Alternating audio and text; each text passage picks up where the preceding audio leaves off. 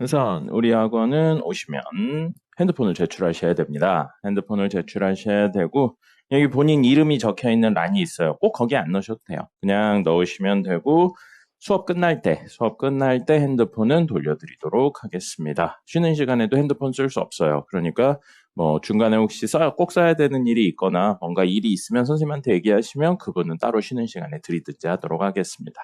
알겠죠? 핸드폰 가능하면 무음이나 진동으로 바꿔서 제출을 해주시면 좋을 것 같습니다. 핸드폰부터 제출하자.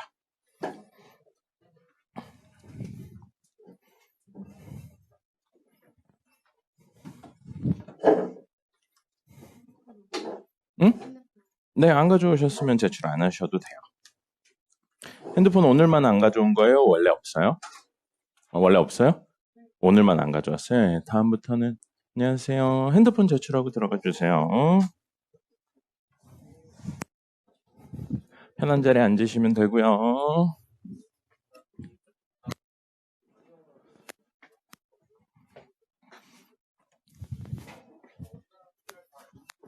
뭐야? 한재요? 아마 15강의실 아니니? 잘 모르겠어. 몇 반이야? 반 이름. 소미센 반? 그럼 이쪽으로 가서 제일 왼쪽 꺾어서 쭉 가면 15강의실 있거든? 거기로 가. 이름이 뭐니?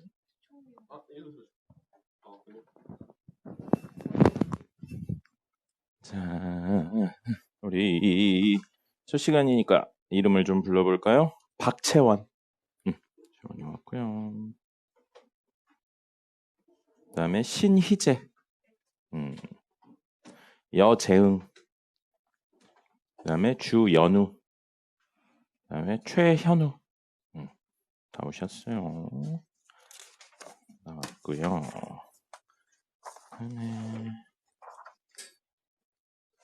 먼저 간단한 오리엔테이션을 좀 더 해보도록 하죠. 자, 오시면 우리 바로 저기 복도에 이게 있을 겁니다. 이게 있을 거라서 여기에다가 출석 체크를 하셔도 돼요. 여기에다 출석 체크를 하셔도 되고 아니면 데스크에 보면 엄청 이렇게 이거 많이 있는 거 있죠? 거기에 출석 체크하고 들어오셔도 돼요. 그래서 본인 전화번호 뒤에 본인 거였나? 부모님 거였나? 아마 그럴 거예요. 그래서 본인이나 부모님 전화번호 뒤에 네 자리 누르시고 그 누르면 수업이 뜹니다. 수업 이름 떠서 우리 같은 경우는 지금 H2-1반이에요. 그래서 H2-1반에 출석 누르시면 되고 집에 갈 때도 마찬가지로 완전히 집에 갈 때도 그 출결 누른 거에 반대로 이제 하원 버튼 누르는 게 있거든요. 그거 누르고 가셔야 돼요. 알겠죠? 그래서 가능하면 출석은 꼭 체크를 해주셔야 되고요. 이거 출석 체크를 안 하면 데스크에서 확인해서 인원이 안 왔다고 체크가 되면 부모님한테 연락이 갑니다. 그리고 부모님한테 연락이 갔는데 여기 핸드폰까지 우리 내버리잖아. 그러니까 연락이 좀 안 되는 경우들이 있으니까 잊지 말고 꼭 등원은 누르고 들어오시도록 하고요. 그 다음에 몇 가지 이야기를 더 드릴게요. 자, 우리 이렇게 열공 이벤트 응모권이라는 게 있어요. 이름 참 별로죠? 열공 이벤트 응모권이라는 게 있습니다. 요거 있고요. 요거는 여기 써 있긴 한데 숙제 해온 경우 하나, 그 다음에 지각 안 하고 수업에 온 경우 하나, 그 다음에 1일 테스트를 우리 매일 봅니다. 그래서 1일 테스트 매일 본 거를 반에서 1등 했을 때 하나, 그래서 한 번 왔을 때 최대 3개까지 받을 수 있어요. 또는 친구 소개한 경우 본인 10장, 친구 10장 이렇게 받을 수도 있습니다. 그래서 매번 수업 때 3장씩 받을 수 있거든요. 최대. 그래서 이거를 받으시면 이제 선생님이 1일 테스트에다 붙여서 드릴 거예요. 그러면 제일 위에 이름하고 끝에 전화번호 4자리 적는 란 있거든요. 요거를 적어서 어디다 제출하는 거냐면 데스크 옆에 보시면 투명한 상자가 있습니다. 그 투명한 상자에 제출을 하시면 되고요. 제출하면 1년에 2번 겨울방학 끝날 때 한 번, 그리고 여름방학 끝날 때 한 번. 이제 겨울방학 끝날 때니까 2달 남았죠, 우리? 그때 한 번 해서 2번 추첨을 해요.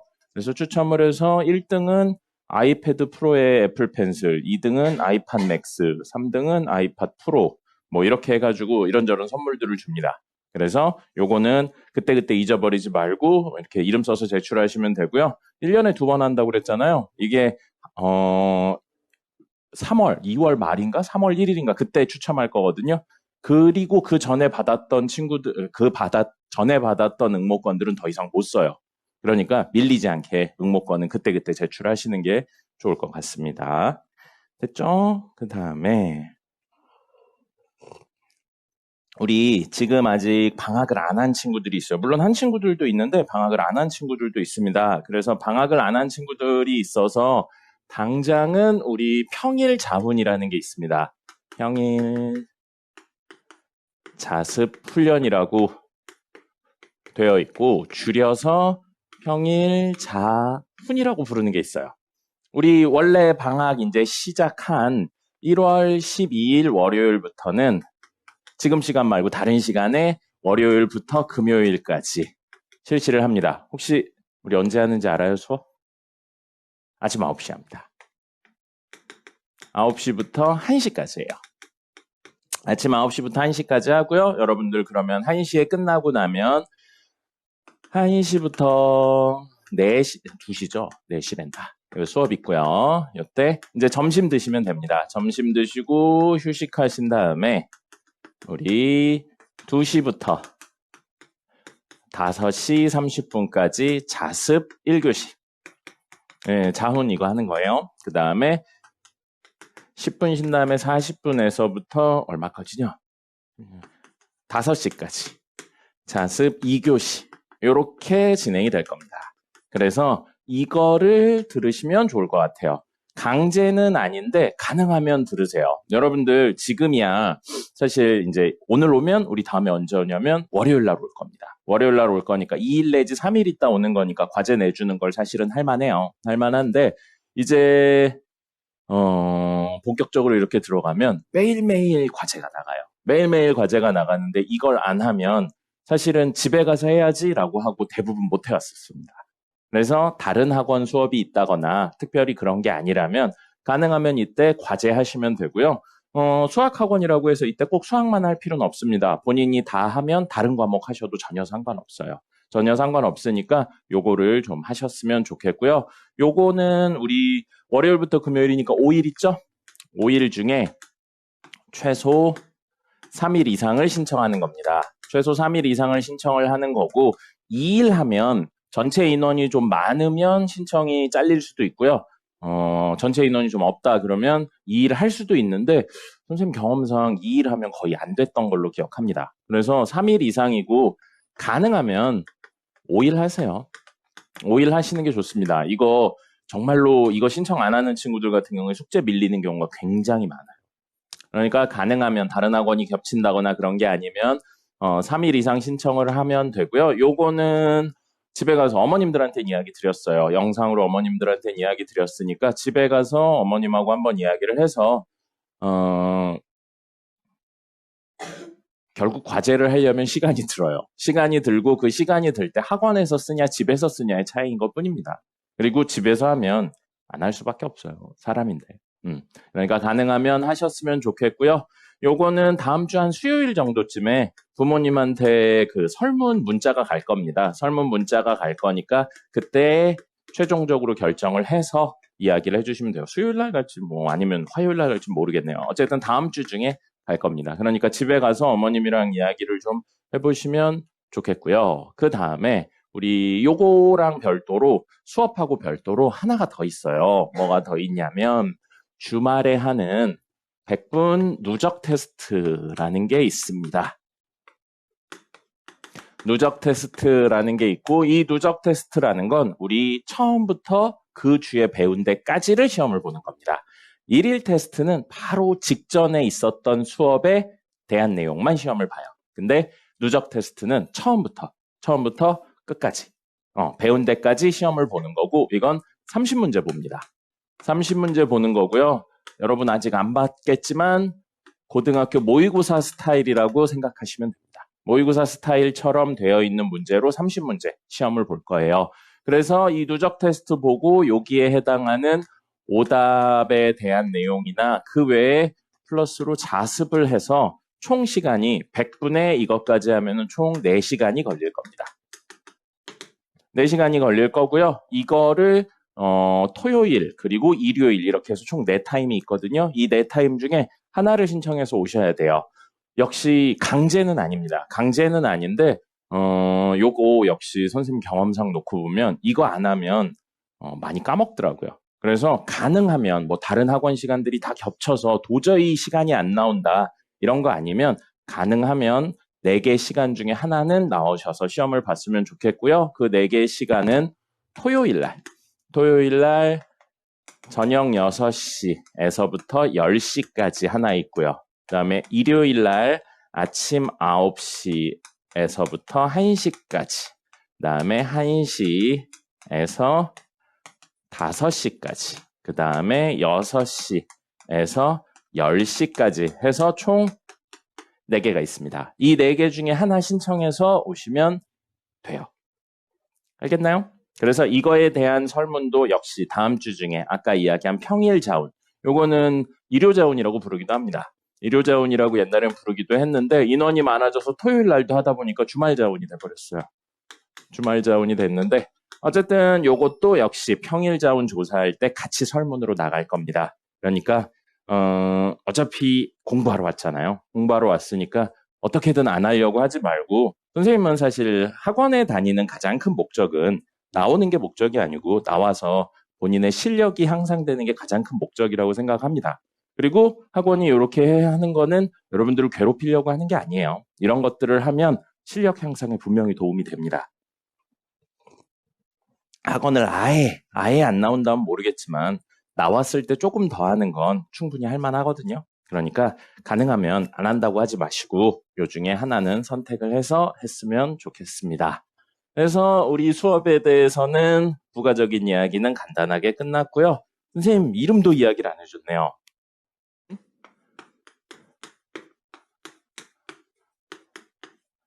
입니다. 선생님이 아마 모두 문자 보내드렸을 거예요. 선생님이 오늘 몇 강의실로 와야 된다고 문자 보내줬을 텐데 혹시 그 문자 못 받으신 분 있나요? 이름이 뭐였죠? 그래서요. 네. 그래서 아마 다 보셨을 거고요.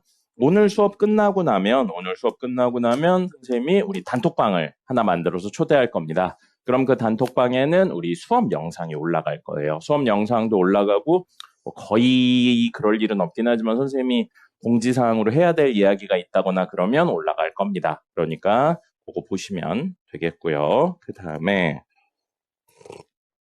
우리 교재 있어야 됐죠? 그래서 우리 교재는 수학의 정석, 기본 수학의 정석입니다. 기본 정석이고 공통 수학 원이 됩니다.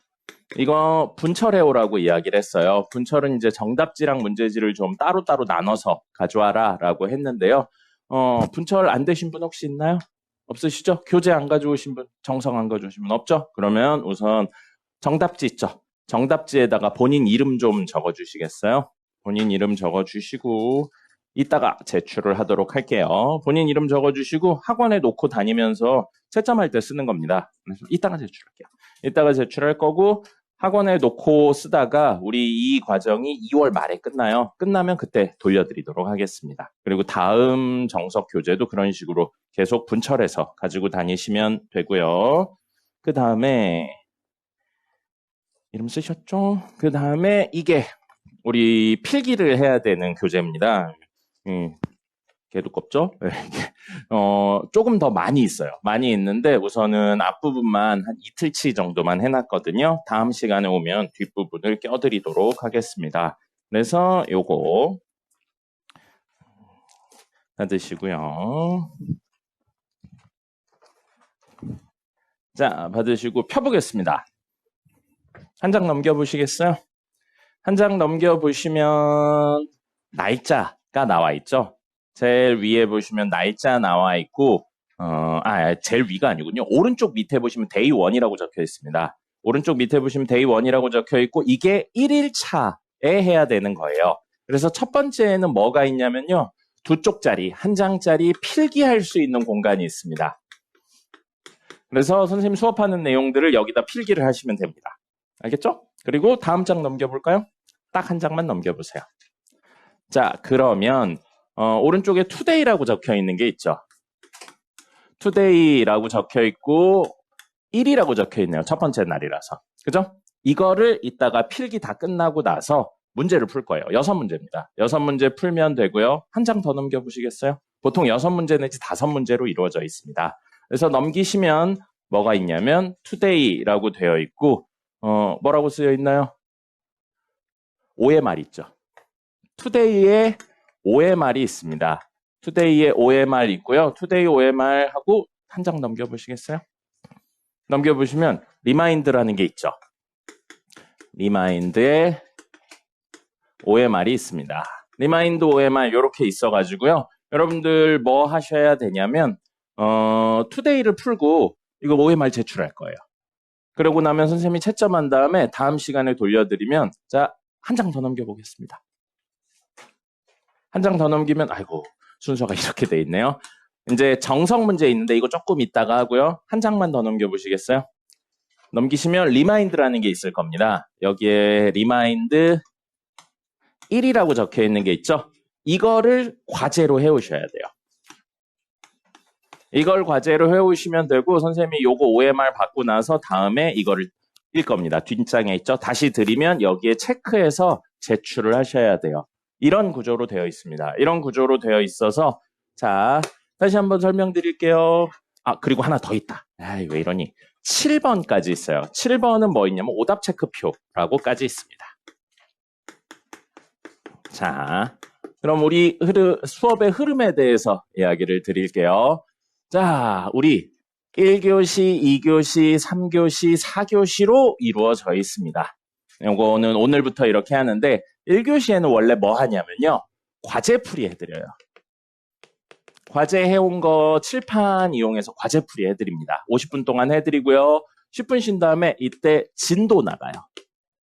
그럼 이 진도를 어디다 적는 거냐면 필기. 여기에다 적으시면 됩니다. 그 다음에 진도 나가면서 동시에 문제풀이가 약간 있을 거예요. 문제풀이가 약간 있을 거고 그래서 그걸 필기에다 하시면 되고요. 3교시는 2개로 나눠져요. 20분 시작하자마자 20분 그리고 남은 30분 있는데 이 30분 동안 뭘 하냐면 일일 테스트 합니다. 지난 수업에 대한 내용으로 일일 테스트. 보통 15문제 정도 나와요. 15문제 정도 나오는 걸로 일일 테스트를 하고요. 요때는 이거를 마저 합니다. 진도 플러스 문제풀이를 하는데 보통 그 전에 끝나요. 2교시 때 끝납니다. 2교시 때 끝나서 요거 시간이 없으면 요거를 하든지 아니면 뭘 할 거냐면 이 투데이 1을 풀 겁니다. 투데이를 하나 풀 거예요. 그러면 6문제 풀고 OMR을 제출하시면 돼요. 여기 OMR 있었죠? 이 OMR에 체크하신 다음에 이름 써서 뜯어서 제출하시면 됩니다. 됐죠? 그러면 선생님이 여기에 해당하는 거 채점해서 이야기를 드릴 거고요. 그 다음 시간에. 그 다음에 4교시에는 과제 해온 거 개별 질문이 있을 거예요. 그래서 이건 칠판 판서를 이용한다기보단 개별적으로 본인이 질문할 거 있으면 채점하고 그렇게 이야기를 하는 거고요. 그럼 투데이까지 하고 여기 OMR까지 제출했잖아요. 이게 뭐냐면 5번, 이 정석 있죠. 문제 아까 리마인드 OMR이라고 있는 거 바로 다음 페이지에 보면은 다시 펴보시겠어요? 다음 페이지에 보시면 뭐가 있냐면요. 이름이 적혀 박스가 있고요. 네모 박스가 있고 연 1-1, 1-2 이렇게 적혀 있는 게 있을 겁니다. 그죠? 이게 정석 문제를 말하는 거예요. 그러면 지금 여기에다가는 여러분들이 정석 문제를 풀어 오셔서 풀이를 여기다 적어 놓는 겁니다. 알겠습니까? 네, 풀이 적으시고 밑에 답 적으시면 되는 거예요. 그럼 지금 거에는 뭐가 있냐면 연습 문제 1-1, 2, 3, 4, 5, 6, 8, 9 요것만 풀어오시면 되는 겁니다. 뒤에 보다 보면은 연습 문제 말고 나중 거에는 유제도 있을 거예요. 그래서 그거는 U, 1, 2, 3 뭐 이런 식으로 적혀 있습니다. 그래서 앞에 있는 건 단원이에요. 1단원의 연습 문제를 풀어오라 그 얘기인 겁니다. 그래서 이건 과제로 나가는 거예요. 그럼 이 과제를 해온 것 중에 일부 문제는 그 다음 시간에 이때 풀어드리고 이때 풀어드리지 않은 것 중에 개별적인 질문이 있으면 이때 질문을 하시면 되는 겁니다. 알겠죠? 그 다음에 요거 있죠. 리마인드라고 되어 있는 거 있어요. 이거는 뭐냐면 우리 몇 학년 거냐? 중학교 2학년 거죠. 중학교 2학년에 해당하는 내용입니다. 중학교 2학년에 해당하는 내용이고 제일 앞에 보시면 뭐가 있냐면 간단한 이론 설명이 되어 있어요. 조금 넘겨보시겠어요? 리마인드 1이라고 적혀 있으면서 간단한 이론이 있습니다. 간단한 이론이 있어서 그 이론 읽으시고 문제 난이도 그렇게 높지 않아요. 읽으시고 그 다음에 뒤에 있는 문제 푸시면 돼요. 25문제입니다. 매 회차 25문제로 이루어져 있고 요것도 역시 뭐가 되냐면 과제가 됩니다. 숙제예요. 이것도 숙제고요. 요거의 풀이를 이때 해드리진 않을 거예요. 이거는 거의 대부분 정석에 대한 내용을 할 겁니다. 이렇게 될 거고요. 그 다음에 요때 질문을 하시든지 하면 될 겁니다. 알겠죠? 이거에 대한 질문은 그때 하시면 돼요. 어쨌든 이것도 풀어오셔야 돼요. 그리고 제일 마지막에 보시면 오답 체크표라고 있습니다. 하나 조금만 더 넘겨보시겠어요? 넘겨보세요. 오답 체크표라고 되어 있는 게 있습니다. 오답 체크표, 리마인드 25문제 끝나고 나면 오답 체크표가 있고요. 오답 체크표, 너무 넘어갔어요. 한 장 앞으로 돌려야 돼. 네.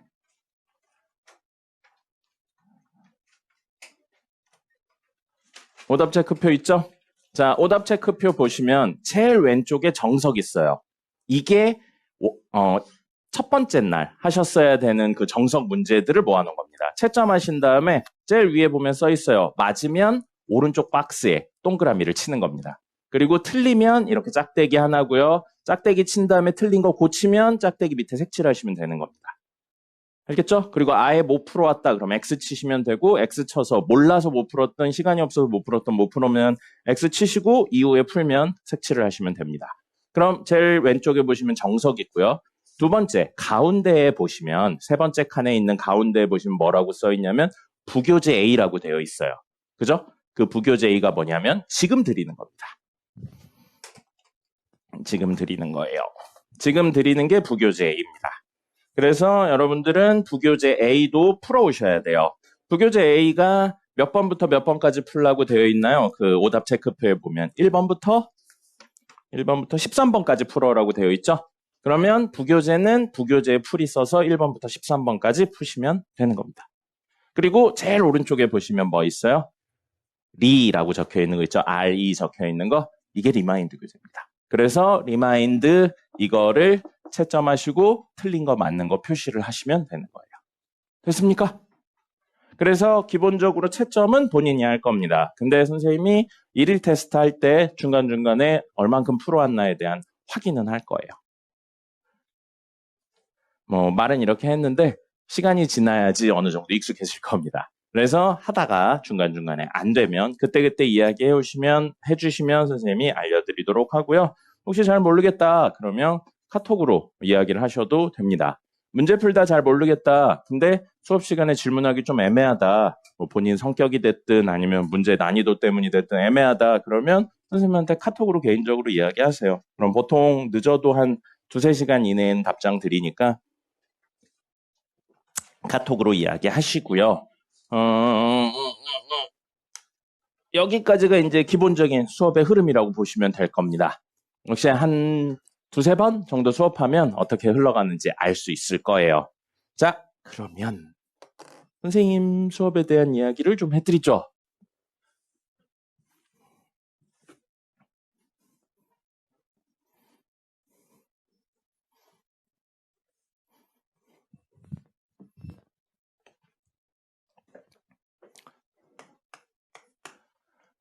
여러분, 수학뿐만 아니고 모든 거를 배울 때 사람이 안 배우고 모든 걸 알 수는 없습니다. 누군가에게 무언가를 분명히 배워야 돼요. 그러면 배울 때 가장 중요한 또는 가장 빠르게 배울 수 있는 방법이 뭘까요? 뭐라고 생각합니까? 뭐라고 생각하세요? 뭐냐면 질문을 많이 하셔야 됩니다.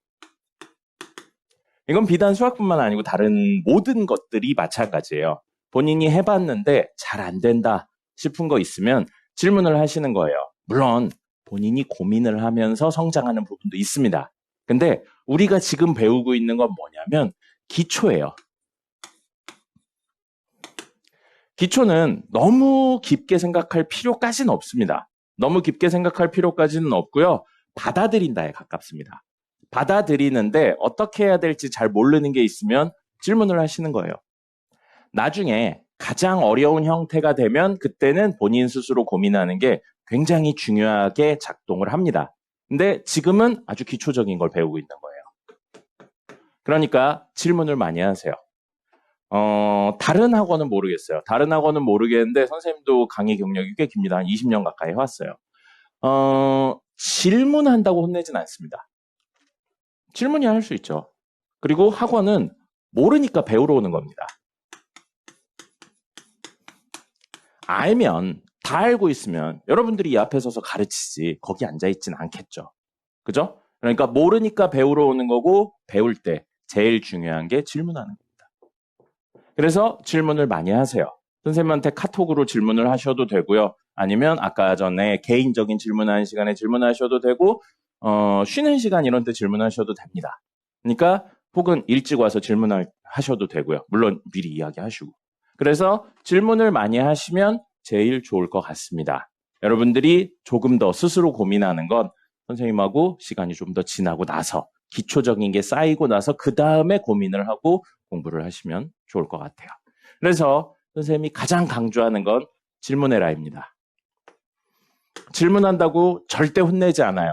선생님 근데 혼내는 건 딱 하나 있습니다. 뭐냐면 생각 안 하고 질문하는 거예요.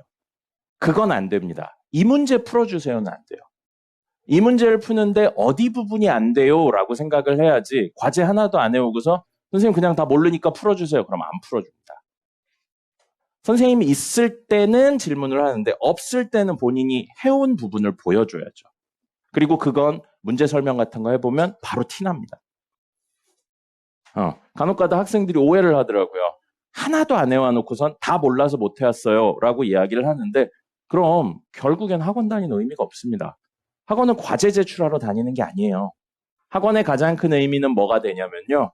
아까 잠깐 이야기했는데 본인의 실력 향상이 가장 큰 목적입니다. 실력 향상할 수 있다면 어떤 방법을 쓰셔도 돼요. 다른 학원에 가셔도 되고 학원에서 오랫동안 남아도 되고 전혀 상관없습니다.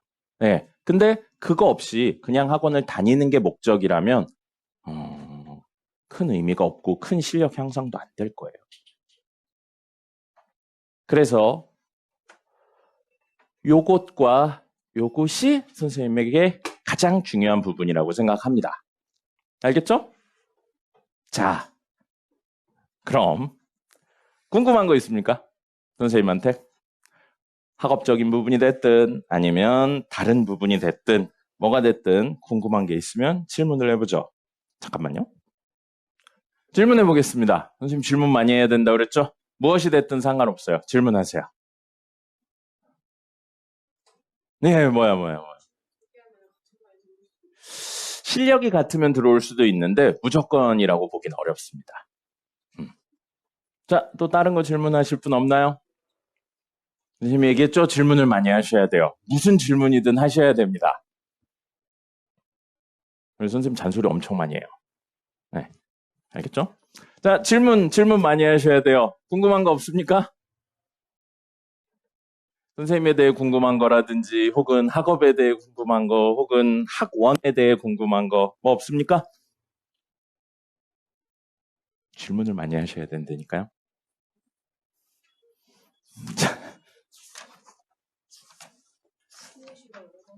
쉬는 시간 10분입니다. 50분 수업하고 10분 쉬고 50분 수업하고 10분 쉬고 50분 수업하고 10분 쉽니다.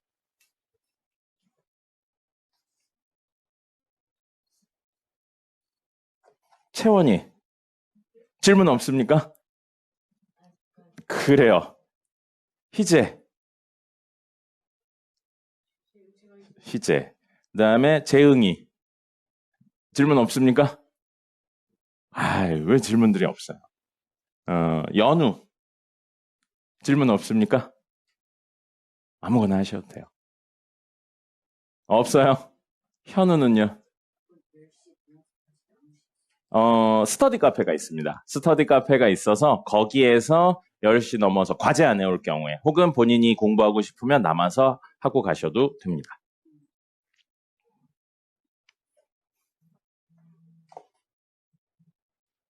질문 없나요?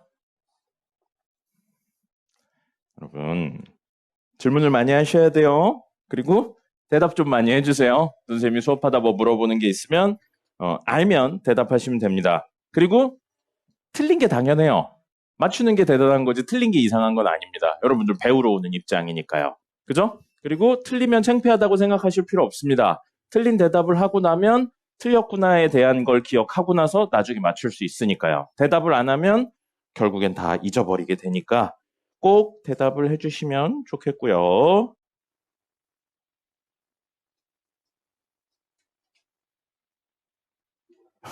선생님에 대해서 궁금한 거 없습니까, 여러분? 전혀 없군요. 좋아요. 그러면 수업을 해보도록 하죠. 오늘 수업은 간단한 내용들에 대해서 할 겁니다. 간단한 내용들에 대해서 할 건데 아마 느낌은 가지고 있었는데 이게 이렇게 흘러가는지는 잘 몰랐었던 내용들에 대해서 할 거예요. 알겠죠? 그러니까 우선 오늘은 잘 보시면 좋을 것 같습니다. 그래서 보시면서 필기 있죠? 노트에 필기하는 거 해주시면 좋을 것 같아요. 보겠습니다. 우리 첫 번째 이야기할 건 뭐가 되냐면요. 바로 선생님이 공통수학 원수업을 할 때 늘 가장 먼저 하는 겁니다. 방정식에 대한 내용이에요. 방정식입니다. 그럼 이거 질문했었을 때 선생님 고등부 수업도 했었거든요. 고등부 수업도 얼마 전까지 했었어요. 그래서 고등학생들한테 물어봐도 사실 대답을 잘 못합니다. 방정식이 뭘까요? 뭘 보고 방정식이라고 할까요? 미지수를 구하는 식? 맞아요. 근데 조금 하나 조건이 더 있어야 돼요. 그러니까 방정식이 되기 위해선 두 가지 요소가 있어야 됩니다. 네, 뭐요? 그거 이제 명제 이야기로 넘어가는 거예요. 명제 이야기로 넘어가서 참거짓에 대한 내용을 하는데 참거짓의 유무에 대한 거 이제 조건이 됩니다. 나중에. 조건이 되는 거고 방정식이 되기 위해선 두 가지 요소가 꼭 필요해요. 첫 번째는 미지수 이야기했죠? 미지수 0 말고요. 0 말고 있어야 되는 요소가 하나 더 있어요. 바로 등호가 있어야 됩니다. 그래서 방정식은 미지수와 등호로 이루어진 식입니다. 방정식의 제일 중요한 요소는 미지수랑 등호가 있어야 된다는 거죠. 그럼 미지수는 보통 모른다의 의미로 x를 적지만 꼭 x일 필요는 없습니다.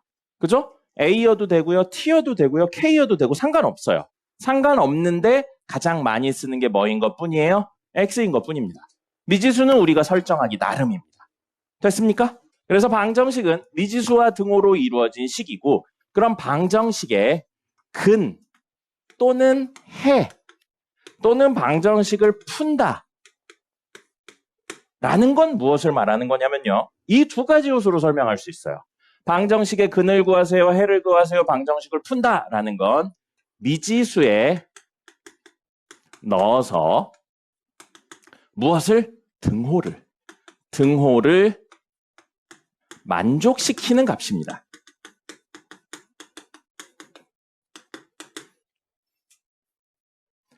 예를 들어볼까요? x 플러스 3. 자, 이 친구 방정식인가요? 방정식이 아닌가요? 아니죠. 뭐가 없으니까요. 등호가 없으니까요. 그럼 이렇게 되어 있어요. 1입니다. 왜 9처럼 보이나요?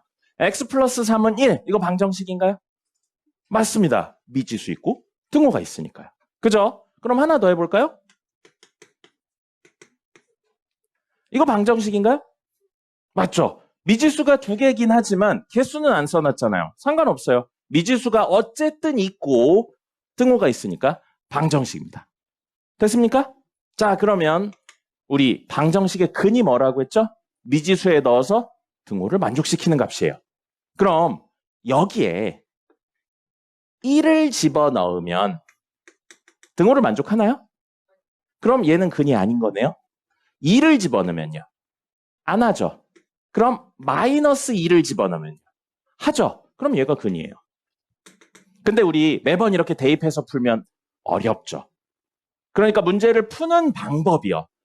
풀이 방법으로 여기선 뭘 썼냐면 이항이라는 개념을 썼죠. 그죠? 그럼 여러분들이 선생님이 중요하게 생각하는 포인트는 이거예요. 물론 풀이 방법도 알아야 돼요.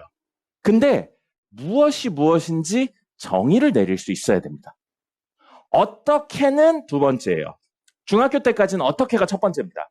이걸 어떻게 풀어? 이게 두 번째, 중학교 때까지는 첫 번째인데 고등학교 때는 두 번째예요. 그럼 첫 번째는 뭐냐면 고등학교 내용의 첫 번째는 왜 그렇게 풀어가 가장 큰 의미가 됩니다. 왜가 있어야 돼요. 그리고 그걸 알기 위해서 필요한 게 이런 단어들의 정의가 있어야 됩니다. 자, 그러면 여기 보세요. x 플러스 y는 6이에요.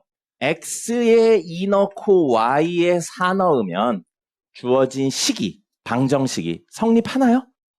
그럼 얘는 근인가요? 아닌가요? 자, 그럼 다시. 그래서 정의가 중요한 거예요. 방정식은 미지수랑 등호만 있으면 돼요. 그래서 얘는 미지수랑 등호가 있으니까 방정식이 맞아요. 그리고 근은 또는 해는 또는 방정식을 푼다는 건 미지수에 넣어서 등호를 만족시키기만 하면 근입니다. 그럼 x에 2 넣고 y에 4 넣으면 즉 미지수의 어떤 값들을 집어넣었더니 등호를 만족시키나요? 그럼 얘를 근이라고 부를 수 있나요? 있는 겁니다. 이래서 정의가 중요한 거예요. 그럼 x가 1이고 y가 5예요. 그럼 1 더하기 5는 6, 즉 등호를 만족하나요? 그럼 얘도 뭐가 되는 거예요? 근인 거예요. 그럼 근이 한 개가 넘을 수도 있습니다. 맞죠? 근이 몇 개인지에 대한 내용은 전혀 이야기가 없잖아요. 근은 뭐만 만족시키면 된다고요? 미지수에 넣어서 등호를 만족시키기만 하면 근이라고 부르는 겁니다. 알겠습니까? 그래서 되게 많은 형태의 근이 있을 거예요. 됐습니까? 하나 더 해볼까요? x제곱 마이너스 2x 마이너스 3은 0이에요. 방정식 맞습니까? 방정식 맞아요? 방정식 맞죠? 미지수가 있고 같은 미지수죠? x제곱이라는 건 사실 x 곱하기 x란 뜻이니까요. 그래서 미지수 있고 등호 있으니까 이거 방정식이에요. 그럼 이 x에 마이너스 1을 집어넣으면 등호를 만족하나요? 맞죠? 마이너스 1 집어넣으면 1 플러스 2 마이너스 3은 0. 등호를 만족하네요. 그럼 얘가 뭐가 된다고요? 근이 되는 거예요. 근. 방정식의 근이 된다는 겁니다. 됐습니까? 근데 대입해서 구하는 방법 말고 이런 친구들은 이항을 하면 됐어요. 근데 이 친구는 이항을 할 수가 없죠. 이항을 해봤자 의미가 없죠. 그래서 우리는 이거 구하는 방법을 어떻게 할까? 다시 한번 뭐예요? 풀이 방법이요. 이거의 풀이 방법이 무엇이 있을까라는 걸 생각을 한 거고 그걸 위해서 중3 때 뭐를 하냐면 땡땡땡 곱하기 땡땡땡은 0이라는 구조를 만들어요. 그럼 이 0이 중요한 겁니다. 곱해서 0이 되려면 이 친구가 0이어도 되고 아니면 이 친구가 0이어도 되니까요. 0 곱하기 어떤 수 무조건 얼마니까? 0이니까. 그럼 얘를 적절히 좋은 친구의 두 친구의 곱으로 만들고 싶은 거예요. 그래서 이런 친구를 이렇게 바꾸는 과정을 우리는 뭐라고 부르냐면 네 글자로 인수분해라고 부릅니다. 기억납니까? 중3 내용이에요. 인수분해라고 불러요. 그럼 이 인수분해가 바로 뭐라고요? 풀이 방법이에요. 문제를 푸는 방법입니다. 그럼 이것도 물론 알아야 돼요. 근데 여기서 여기로 가는 게 왜 이렇게 하는지를 알아야 된다고요. 그 이유가 뭐예요? 이렇게 곱셈으로 표현하는 이유가 0을 만들려고요. 0을 만들려고요. 그래서 요건 생략할게요. 자, 이건 x-3하고 x 플러스 1의 곱으로 표현할 수 있습니다. 그래서 이거 곱하기 이게 0이 되면 되니까 이걸 0으로 만드는 값은 x는 3. 이걸 0으로 만드는 값은 x는 그래서 마이너스 1이 나온 거죠. 그래서 얘의 근은 마이너스 1도 되는데 3도 되는 거예요. 됐습니까? 이런 식으로 이야기를 할 수 있다는 거죠. 그럼 이건 풀이 방법. 그럼 이렇게 바꾸는 이유는 뭐라고요? 0을 만들려고요. 인수분해를 하면 이렇게 되니까요. 그럼 이런 개념들을 통해서 확장을 하는 거예요. 만약에 어떤 이 친구 말고 조금 더 어려운 식이 있어요. 몇 차예요? 3차죠. 3차죠. 3차식이 있는데 이 친구를 인수분해해서 땡땡땡 곱하기 땡땡땡은 0 이런 형태로 만든다는 거죠. 그럼 4차도 역시 마찬가지고요. 5차도 마찬가지고 뭐만 하면 된다고요? 인수분해만 하면 된다고요. 그럼 우리 다음에 배우는 건 뭐예요? 3차를 인수분해하는 방법, 4차, 5차를 인수분해하는 방법. 이런 친구들을 배우는 겁니다. 그럼 이런 식으로 흘러가는데 지금 내용에서 중요한 건 다시 이 얘기로 돌아갈게요. 이 얘기로 돌아가서 여기에요. 여기로 돌아가겠습니다. 이거요. 방정식이에요. x 더하기 y는 6은 방정식이에요. 이거의 근은 되게 많습니다. 되게 많아요. 그럼 여기서 함수에 대한 이야기를 잠깐 해볼까요? 공수2에 나오죠. 공수2에 함수라는 내용이 나오는데 이야기 자체는 꽤 오래전에 배워요. 중1 때 배웁니다. 사실 1학년 2학기 때인가? 1학기 때인가? 그때 함수 배우면서 무슨 함수 배우냐면 반비례 함수, 정비례 함수를 배워요. 기억납니까? 네, 반비례 함수, 정비례 함수 배우면서 함수라는 표현을 쓰죠. 그럼 공수2 할 때 조금 더 디테일하게 다루긴 하겠지만 함수는 간단하게 이야기하면 가장 중요한 요소는 3가지가 있습니다. 첫 번째, 들어오는 수, 두 번째, 나오는 수, 세 번째, 둘 사이의 관계예요. 자, 그래서 함이라는 글자는 이거 한자예요, 한자. 한문. 무슨 뜻을 가지고 있는 한자냐면 상자라는 뜻을 가지고 있는 한자입니다. 그래서 우리 뭔가가 들어있는 거를 함이라는 표현을 써요. 어디서 쓰냐면 여러분 맞아요. 학교 뒤에 보면 사물함 있죠. 사물함에 뭘 집어넣어요? 사물, 여러 가지 물체를 집어넣잖아요. 그러니까 사물함이라고 부릅니다. 보석 넣는 조그만한 상자 보고 뭐라고 불러요? 보석함이라고 불러요. 그런 것처럼 함은 상자를 뜻하는 한자어입니다. 그럼 상자수라는 거죠. 우리 초등학교 때 봤어요. 초등학교 때 상자수 봤어요. 어떻게 생긴 친구? 이렇게 생긴 친구 봤잖아요. 상자죠. 그리고 여기에 곱하기 3 들어있어요. 그럼 여기에 2를 집어넣는다라고 했잖아요. 초등학교 때 했죠. 그럼 이거 얼마 나와요? 6 나오죠. 그래서 들어오는 수, 나오는 수, 둘 사이의 관계에 대한 내용이 사실은 함수입니다. 이런 시스템을 모두 함수라고 불러요. 어떤 게 들어왔을 때 어떤 프로세스를 거쳐서 어떤 결과물을 내보낸다. 그럼 모두 함수라고 부릅니다. 자, 그럼 이런 함수에서 들어오는 수를 우리 보통 뭘로 놓냐면 x로 놓죠. 나오는 수를 뭘로 놔요? y로 놓습니다. 다른 걸로 바꿔도 되는데 일반적으로 이렇게 많이 쓰는 거예요. 그럼 둘 사이의 관계, 이 함수를 뭐라고 부르냐면 fx라는 표현을 씁니다. 그래서 결국 함수는 디테일한 이야기 나중에 y는 fx라는 형태로 써요. 즉 y는 이라는 꼴로 표현을 합니다. 형태로 표현을 한다고요. 그럼 이거 함수인가요?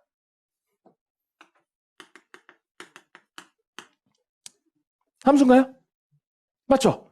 y는 형태로 되어 있어서 이걸 어떻게 해석하냐면 어떤 값이 들어왔을 때 그 친구의 음수배를 하고 6을 더해서 내보내세요가 된 겁니다. 그럼 함수가 맞는 거예요.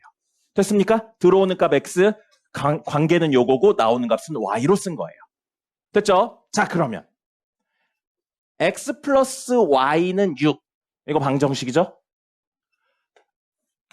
이 친구도 방정식이라고 볼 수 있을까요? 방정식이 되기 위해서는 2가지 요소가 필요하다고 그랬어요. 뭐랑 뭐가 필요하죠? 미지수랑 등호. 그럼 이 친구는 미지수랑 등호가 있나요? 그럼 얘도 방정식이라고 볼 수 있어요.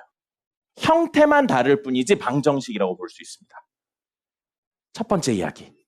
미지수에 미쳤어. 방정식하고 함수는 사실상 같은 개념이라고 볼 수 있습니다. 살짝 틀리긴 한데 그 정도 그냥 같다고 봐도 사실 큰 상관이 없어요. 그래서 여러분들 머릿속에 있어야 되는 첫 번째 이야기. 방정식하고 함수는 같은 거예요. 알겠습니까? 그리고 지금 써놓은 이 친구랑 이 친구는 이항을 했을 뿐이지 같은 친구입니다. 맞습니까? 그럼 요거는 x에다 2를 집어넣으면 y값 얼마 돼요? 여기다 2 집어넣으면 4 되죠. 이 근이 얘처럼 보여요. 우리 이렇게 쓰고서 이렇게 적었죠. 2,4. 그럼 이거 보고 혹시 뭐라고 불렀는지 기억나요? 이렇게 뭐.몇 이렇게 몇, 몇 이렇게 적는 거 보고 뭐라고 했는지 기억납니까? 세 글자. 순서쌍이라고 불렀어요. 이렇게 해당하는 순서쌍으로 표현할 수 있습니다. 그럼 이번엔 x에 1 집어넣어요. 들어오는 값이 1이야. 그럼 나오는 값 y는 얼마 되죠?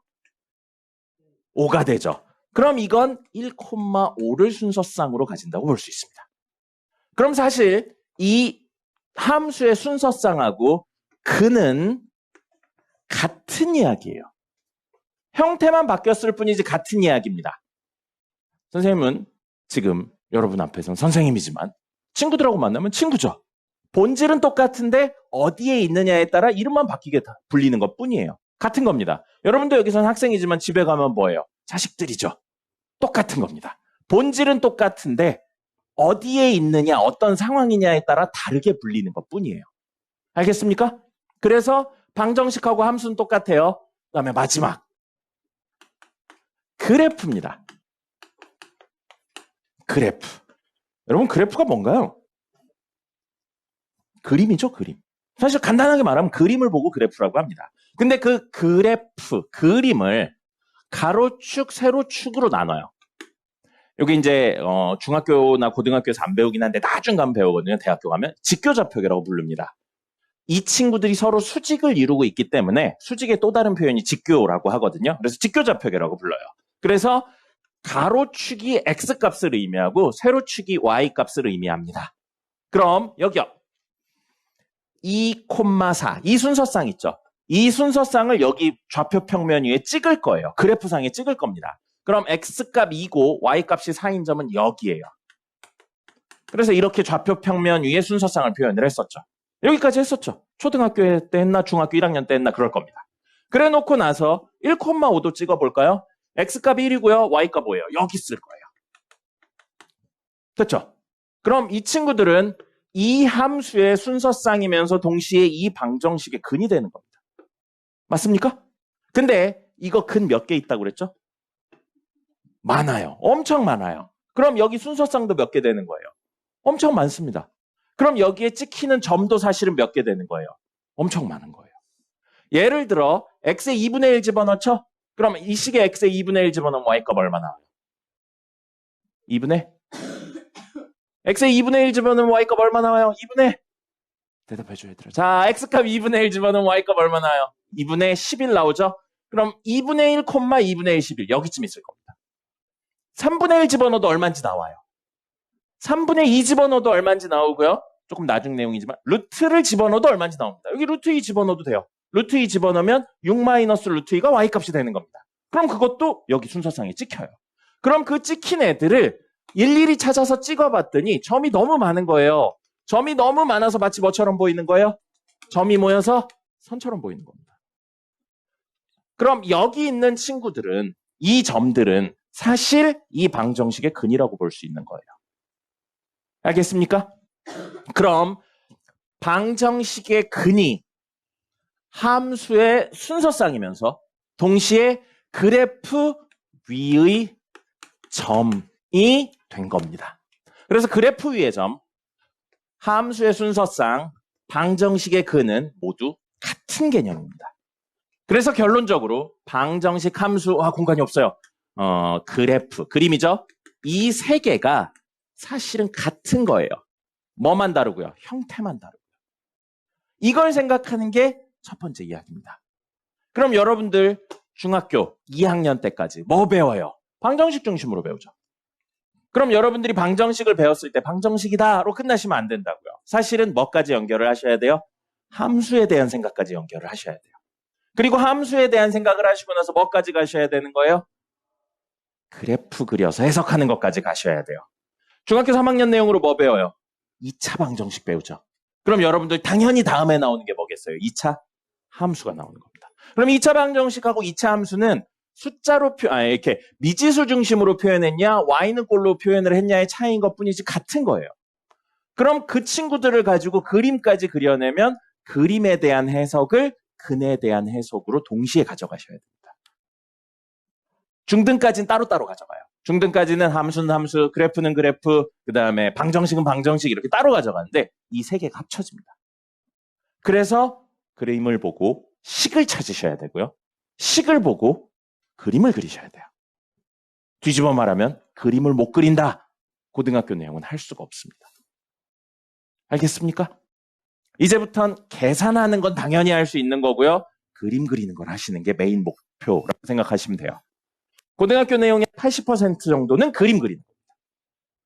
그래서 나중에 한 1월 중순 그때쯤 되면 그림 그릴 거예요. 그래프 겁나 많이 그릴 겁니다. 알겠죠?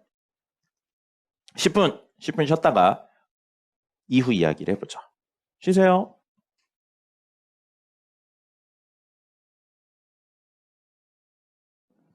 네, 시작해 보도록 하죠. 아까 전에 이야기의 결론이 뭐였었냐면 세 가지가 사실은 같은 거라고요. 뭐뭐뭐 세 개가 같아요?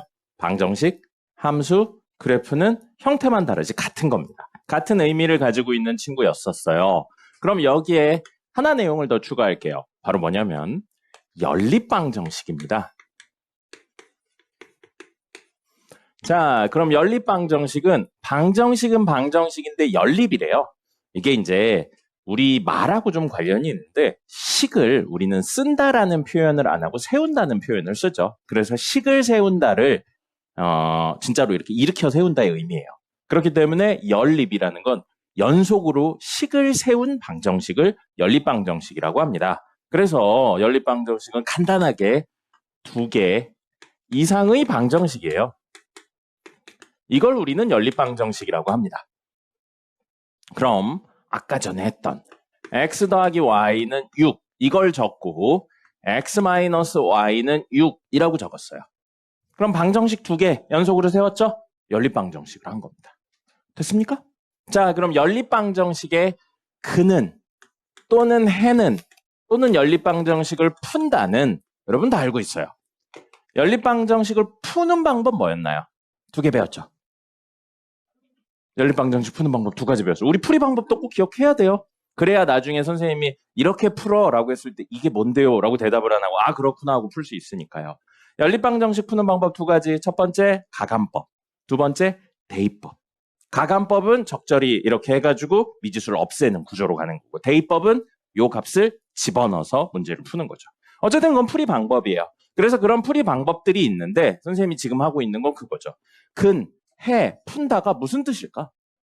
구하는 방법 말고요. 풀이 방법 말고 근, 해, 푼다. 연립방정식의 근이라는 건 무슨 뜻일까요? 뜻. x랑 y가. 미지수의 값? 조금 더 디테일하게. 미지수의 값이라고만, 미지수에 넣어서 등호를 만족시키는 값이라고만 하면 그건 방정식. 근이었죠. 근데 연립이잖아요. 연립이니까. 조금 더 디테일하게 들어가면 모든 방정식을 만족시키는 근을 우리는 연립방정식의 근이라고 하는 겁니다. 즉 여기에도 근이면서 여기에도 근인 거예요. 그게 연립방정식의 근이에요. 그리고 구하는 방법으로 뭐가 있다고요? 가감법, 대입법이 있는 겁니다. 근데 방법을 쓰지 않고 조금 원시적인 방법으로 할게요. 자, x 더하기 y는 6에 근을 싹 적을 겁니다. 그럼 0 집어넣고 6 집어넣으면 되죠? 순서쌍하고 근 같은 개념이라고 그랬어요. 그래서 순서쌍으로 적었어요. 1 집어넣고 5 집어넣어도 되고요. 2 집어넣고 4 집어넣어도 됩니다. 마이너스 1 집어넣고 7 집어넣어도 되고요. 마이너스 2 집어내고 8 집어넣어도 돼요. 되게 많죠? 됐죠? 그 다음에 x 마이너스 y는 6이라고 있어요. 됐죠? 자, 그럼 0 집어넣으면 x에 0 집어넣으면 y값 얼마 나와야 돼요? 마이너스 6 나와야죠.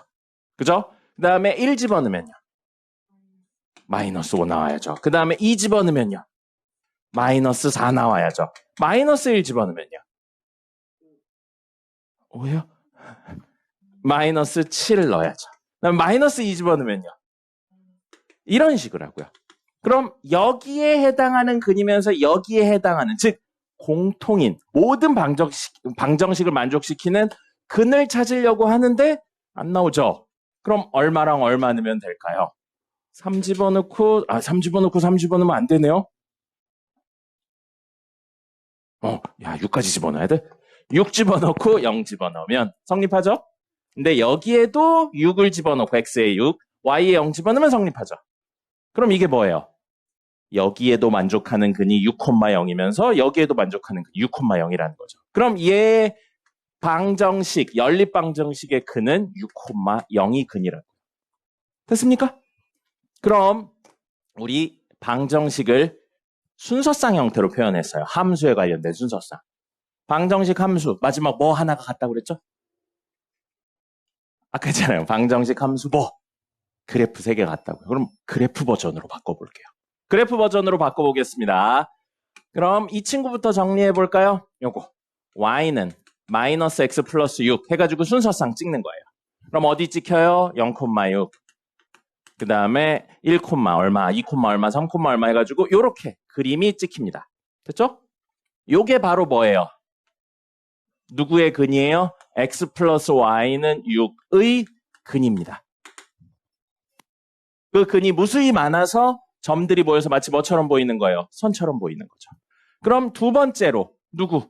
x-y는 6. 그럼 이거 식으로는 y는 x-6이 되겠죠? 그럼 이 친구는 어떻게 생겨요? 여기 있죠. 마이너스 6하고 점이 이렇게 찍힙니다.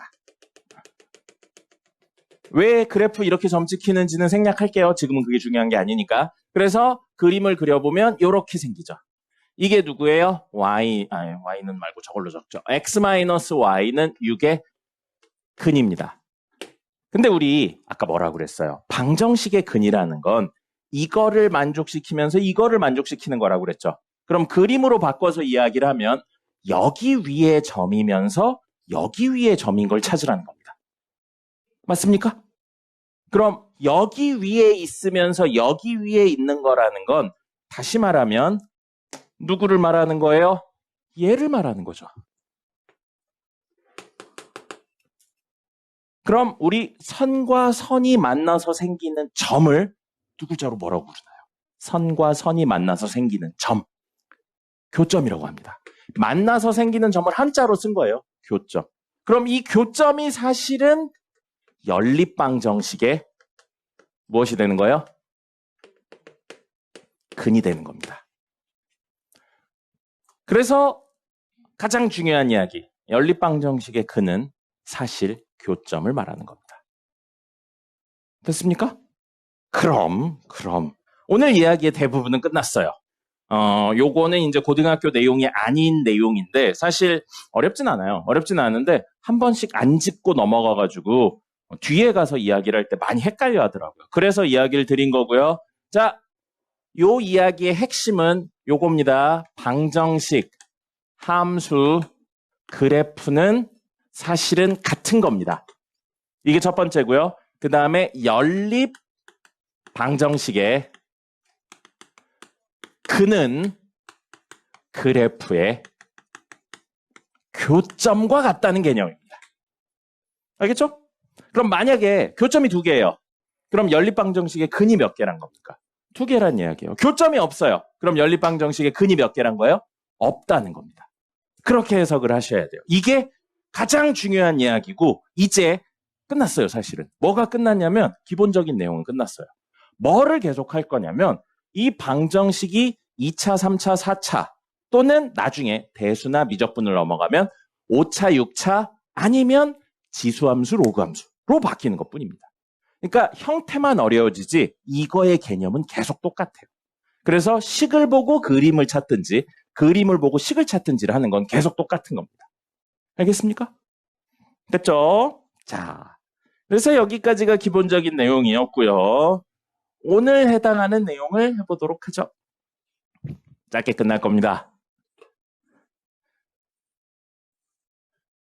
좀 잔소리를 많이 해야 되기 때문에 수업을 길게 하지 않아요. 자, 그래서 오늘 이야기. 정석 1단원에 해당하는 내용 이야기를 드릴 거고요. 정석 1단원에 해당하는 첫 번째, 연산에 대한 이야기를 해보죠.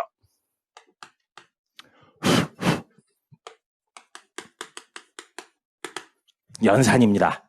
이건 안 적으셔도 돼요. 그냥 보기만 하면 됩니다. 보기만 하면 되고요. 적는 건 이따 이야기 드릴게요. 자, 연산. 거의 똑같은 말로 뭐라고 부르냐면 계산이라고 부르셔도 상관없습니다. 그래서 우리 사칙연산이라는 표현 쓰죠. 사칙연산 뭐 말하는 거예요? 덧셈, 뺄셈, 곱셈, 나눗셈. 이 네 가지는 전 세계에서 똑같은 규칙을 가지고 씁니다. 그래서 사칙연산은 약속이에요. 왜 그렇게가 없어요. 그냥 약속이고 이렇게 쓰기로 되어 있는 겁니다. 그래서 이런 계산을 연산이라고 하고요. 다시 말해서 더한다, 더해라. 이게 연산이에요.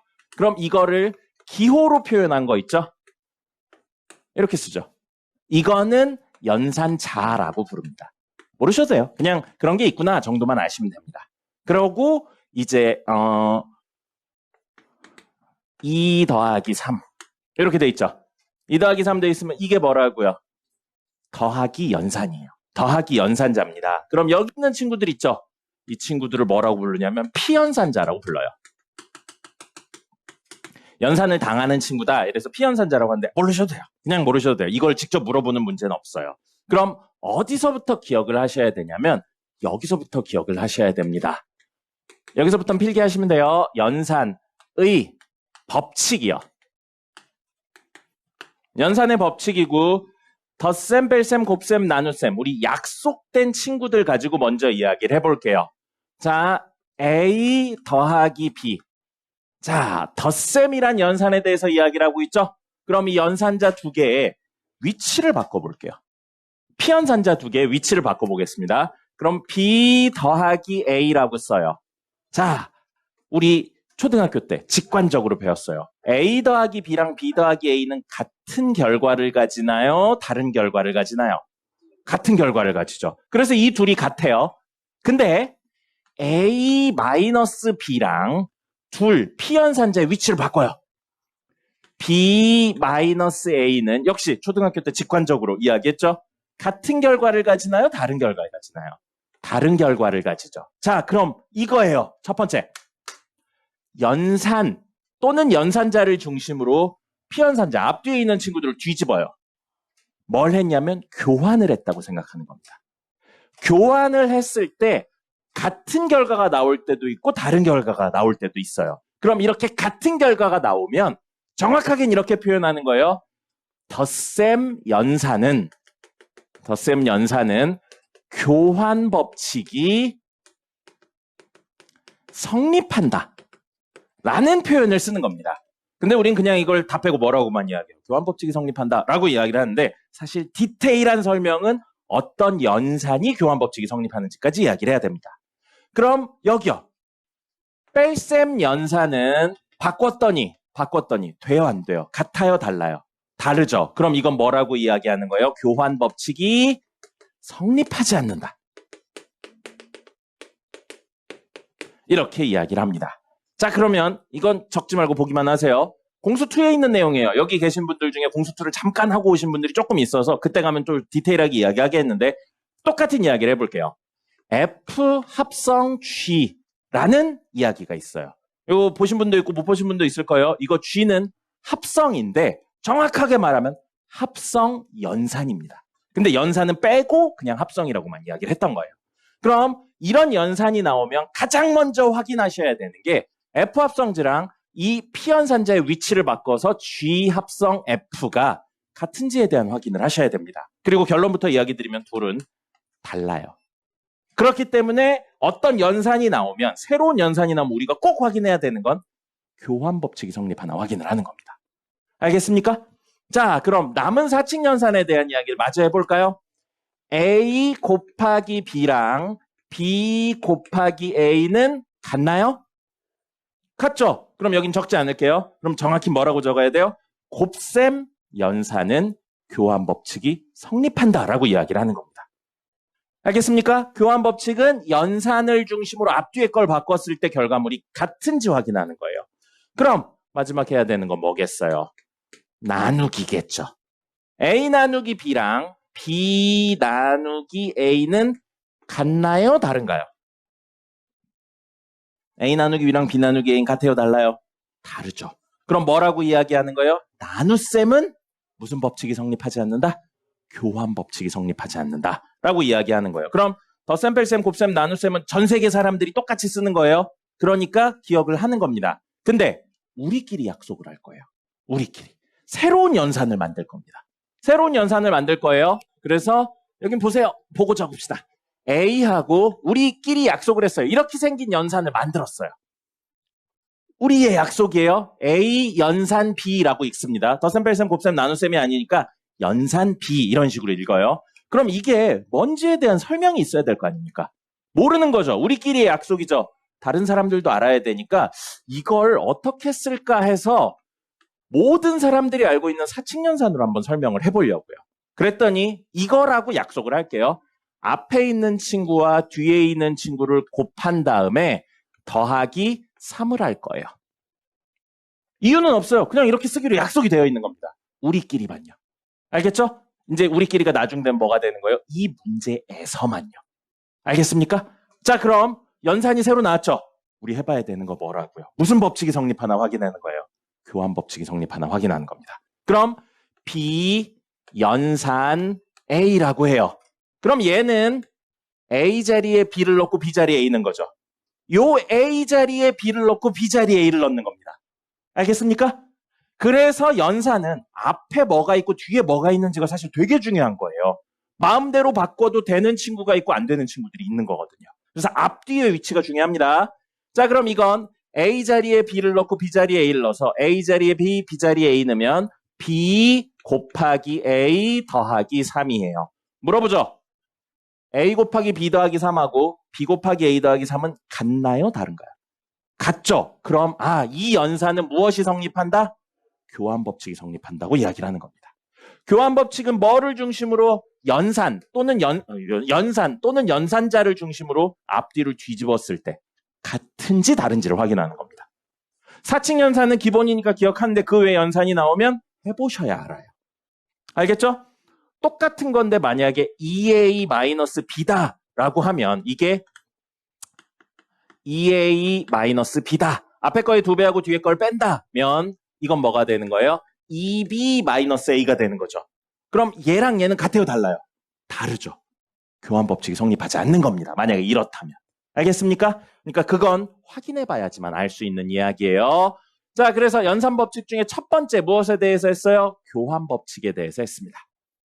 교환 법칙에 대해서 했고요. 그럼 두 번째.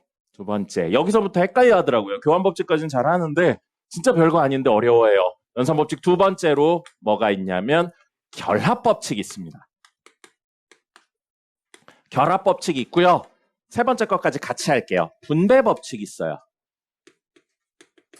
이게 사실 이름에서 오는 그 난해함이 조금 있어서 그런 거거든요.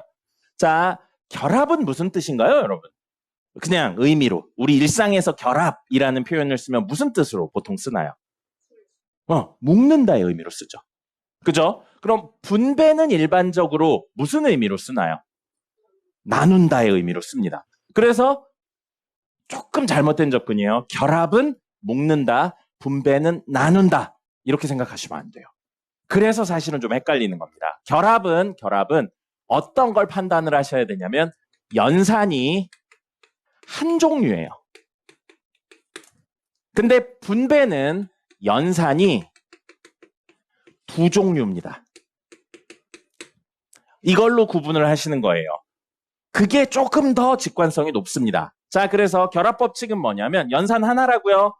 A 더하기 B 더하기 C가 있어요. A 더하기 B 더하기 C가 있습니다. 자, 여기에서 쓰인 연산은 뭔가요? 덧셈만 쓰였죠. 한 종류만 쓰였어요. 한 종류만. 그래서 앞에 걸 더하고 뒤에 걸 하는 거랑 뒤에 거부터 더하고 앞에 걸 더하는 게 즉 결합, 묶는 방법이 틀려도 같은 결론을 가지냐 아니냐라는 겁니다. 그럼 이거랑 이게 좌변하고 우변이 같나요? 다른가요? 같죠. 그럼 우린 이건 정확하게 뭐라고 이야기를 하는 거예요? 덧셈 연산은 무엇이 성립한다? 결합 법칙이 성립한다. 이렇게 이야기를 하는 겁니다. 그럼 연산을 바꿔볼까요? A 빼기 B 빼기 C예요. A 빼기 B 빼기 C입니다. 됐죠? 자, 여기서 쓰인 연산 뭐예요? 뺄셈만 쓰였죠. 뺄셈만 쓰였죠? 한 종류 쓰였어요. 뺄셈만 쓰였습니다. 그럼 이렇게 하고 C를 뺀 거랑 요렇게 하고 A에서 얘를 뺀 게 같나요? 다른가요? 같아요. 다르죠. 다르죠. 그래서 얘는 달라요. 그럼 우린 뭐라고 이야기하는 거예요? 뭐가 성립하지 않는다? 뺄셈은 결합법칙이 성립하지 않는다 라고 명확하게 이야기를 하는 겁니다. 그래서 뺄셈 연산은 결합법칙이 성립하지 않는다 입니다.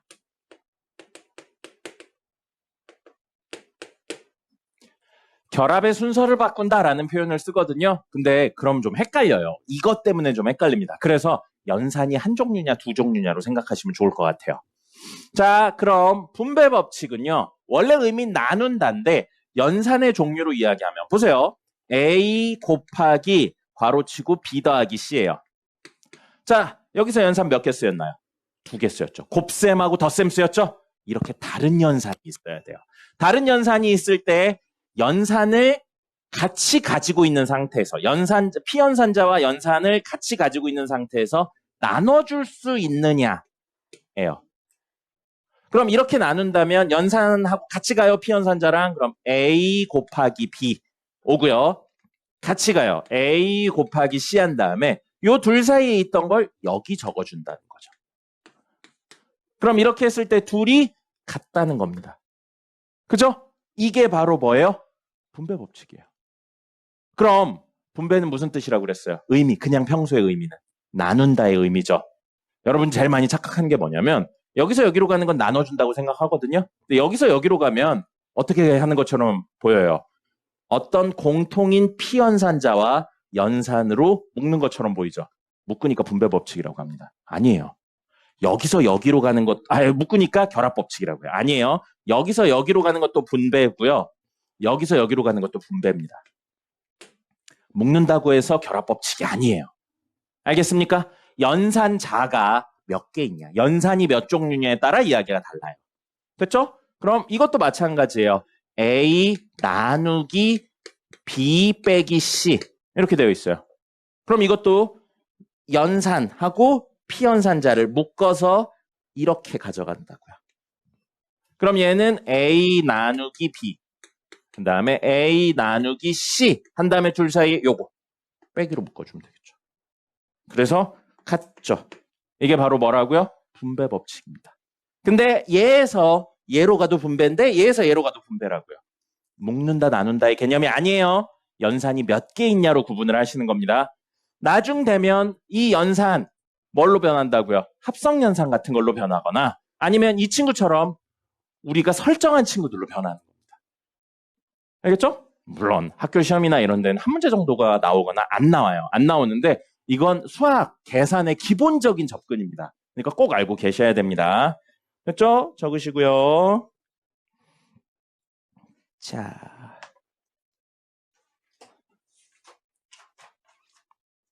그 다음에 나눗셈 이야기하고 조립제법하고 공식 이야기를 좀 해보죠.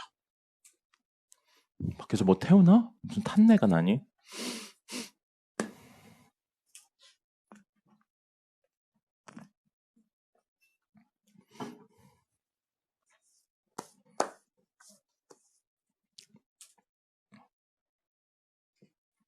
적으시고요. 오늘의 이야기 마저 해보면 나눗셈 이야기 할 겁니다. 나눗셈 다들 잘하죠? 근데 조금 디테일하게 들어갈 거예요. 뭐냐면 나눗셈을 두 종류로 나눌 겁니다. 첫 번째 수의 나눗셈이에요. 그 다음에 두 번째로는 식의 나눗셈 이야기를 할 겁니다. 자연수의 나눗셈이죠. 자연수의 나눗셈. 그래서 수의 나눗셈 이야기를 하면 13을 몇으로 할까요? 5로 할까요? 5로 나눈다. 이게 수의 나눗셈이죠. 됐죠? 그 다음에 식의 나눗셈 해보죠. 식의 나눗셈 하면 x 4제곱 마이너스 2x 세제곱 플러스 5x 제곱 마이너스 3x 마이너스 1 이렇게요. 이걸 뭘로 나눌 거냐면 x 마이너스 1로 나눈다 라고 할 겁니다. 됐죠? 식으로 나누고 있어요. 식으로 나누고 있습니다. 자, 그러면 써볼까요? 13을 5로 나눠요. 다 할 줄 알죠? 2예요. 여기 하나 안 들어가니까 다음 자리까지 가서 2개 들어가서 10 하고 빼죠. 그럼 3이에요. 그럼 끝났죠? 그래서 검산식으로 적으면 13은 5로 나누면 몫이고 나머지가 3이다. 이렇게 해서 이 친구를 보고 뭐라고 불렀냐면 목. 이 친구는 나머지라고 불렀습니다. 됐죠? 이거였었어요. 이게 식의 나눗셈입니다. 그럼 잠깐만 여기 집중해 주시겠어요? 쓰던 거 멈추시고. 그럼 이렇게도 생각해 볼게요. 13은 5 곱하기 3 더하기 마이너스 2. 자, 5 곱하기 3 하면 15죠. 15에 마이너스 2를 더하면 13. 맞습니까? 맞죠? 이거 등식은 성립해요. 근데 우리 이걸 13을 5로 나누면 몫이 3이고 나머지가 마이너스 2다. 라고 안 합니다. 또는 똑같은 13을 5 곱하기 1 더하기 8이라고 해서 13을 5로 나누면 몫이 1이고 나머지가 8이라고 안 해요. 맞죠? 등식은 성립해요. 등식은 성립하는데 그렇게 이야기하지 않습니다. 왜냐하면 약속이 하나 되어 있어요. 이 친구들이 안 되는 이유가 뭘까요? 이거는 맞는데 몫이 3이고 나머지가 마이너스 2야. 몫이 1이고 나머지가 8이야 라고 이야기할 수 없는 이유가 뭘까요? 고등학교 1학년들한테 물어봐도 대답률이 10% 정도밖에 안 됩니다. 옳게 대답하는 학생들이. 안 된다는 건 다 알아요. 안 된다는 건 다 아는데 왜냐고 물어보면 대답들을 잘 못하더라고요. 왜인 것 같습니까?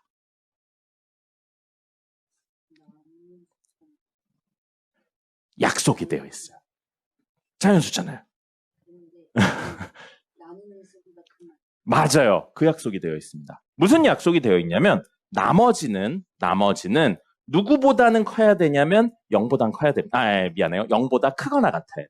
0보다 크거나 같고 누구보단 작아야 되냐면 나누는 값보다는 작아야 됩니다. 그래서 무슨 약속이 되어 있냐면 수의 나눗셈에서 나머지는 0보다는 크거나 같은데 나누는 값보다는 작아야 된다라는 내용이 약속으로 있기 때문에 등식은 성립하지만 이렇게 이야기할 수는 없는 겁니다. 알겠습니까? 네, 우리 다 초등학교 때 배운 거예요, 사실은. 근데 그냥 반복적으로 기계적으로 하다 보니까 이렇게 된 거죠. 그럼 식의 나눗셈 이야기를 해보죠. 식의 나눗셈 이야기하는데 잠깐만 여기 볼까요?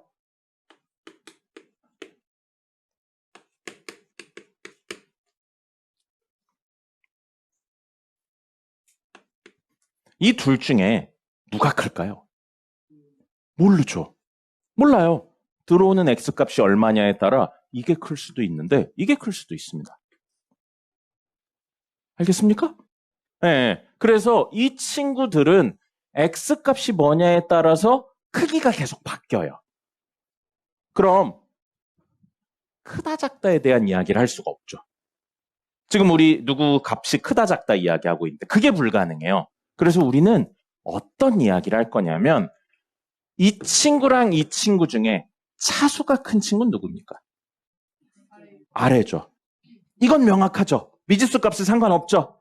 그래서 우리는 이 식의 나눗셈을 할 때 나머지 식의 차수가 약속이에요.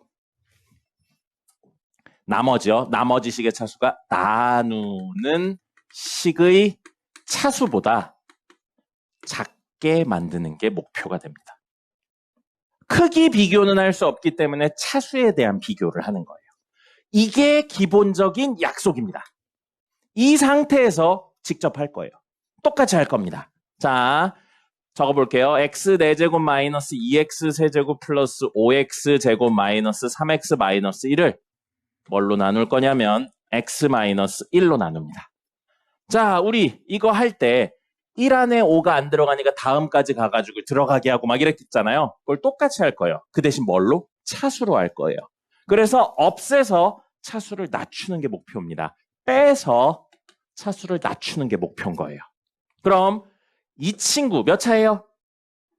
1차죠. 이 친구 몇 차예요? 4차죠. 그럼 여기에 얼마를 곱해야 4차가 되나요? 세제곱을 곱해야 되죠. 근데 그 세제곱을 곱해서 얘를 없애줘야 된다고요. 빼서. 그럼 여기에 뭐가 와야 되냐면 x 세제곱이 옵니다. 그럼 이렇게 둘 곱한 걸 여기다 적는 거죠. 우리 이렇게 둘 곱한 걸 여기다 적었잖아요. 똑같은 겁니다. 그래서 이렇게 둘을 곱하면 x 4제곱 마이너스 x 세제곱 되죠? 그걸 적고 어떻게 한다고요? 빼요. 똑같죠? 빼요. 그럼 우리 원하는 대로 4차가 사라집니다. 차수가 줄어들고 있는 거예요. 그럼 이 식을 빼면 마이너스 x 세제곱 플러스 5x 제곱 마이너스 3x 마이너스 1이 돼요. 몇 차예요? 3차죠. 몇 차예요? 1차죠. 아직도 차수가 얘가 더 높아요. 우리 나머지가 어떨 때까지 나누는 식보다 차수가 낮을 때까지 이 짓을 계속 반복하는 겁니다. 근데 빼서 마이너스 x 세제곱이 사라졌으면 좋겠다고요.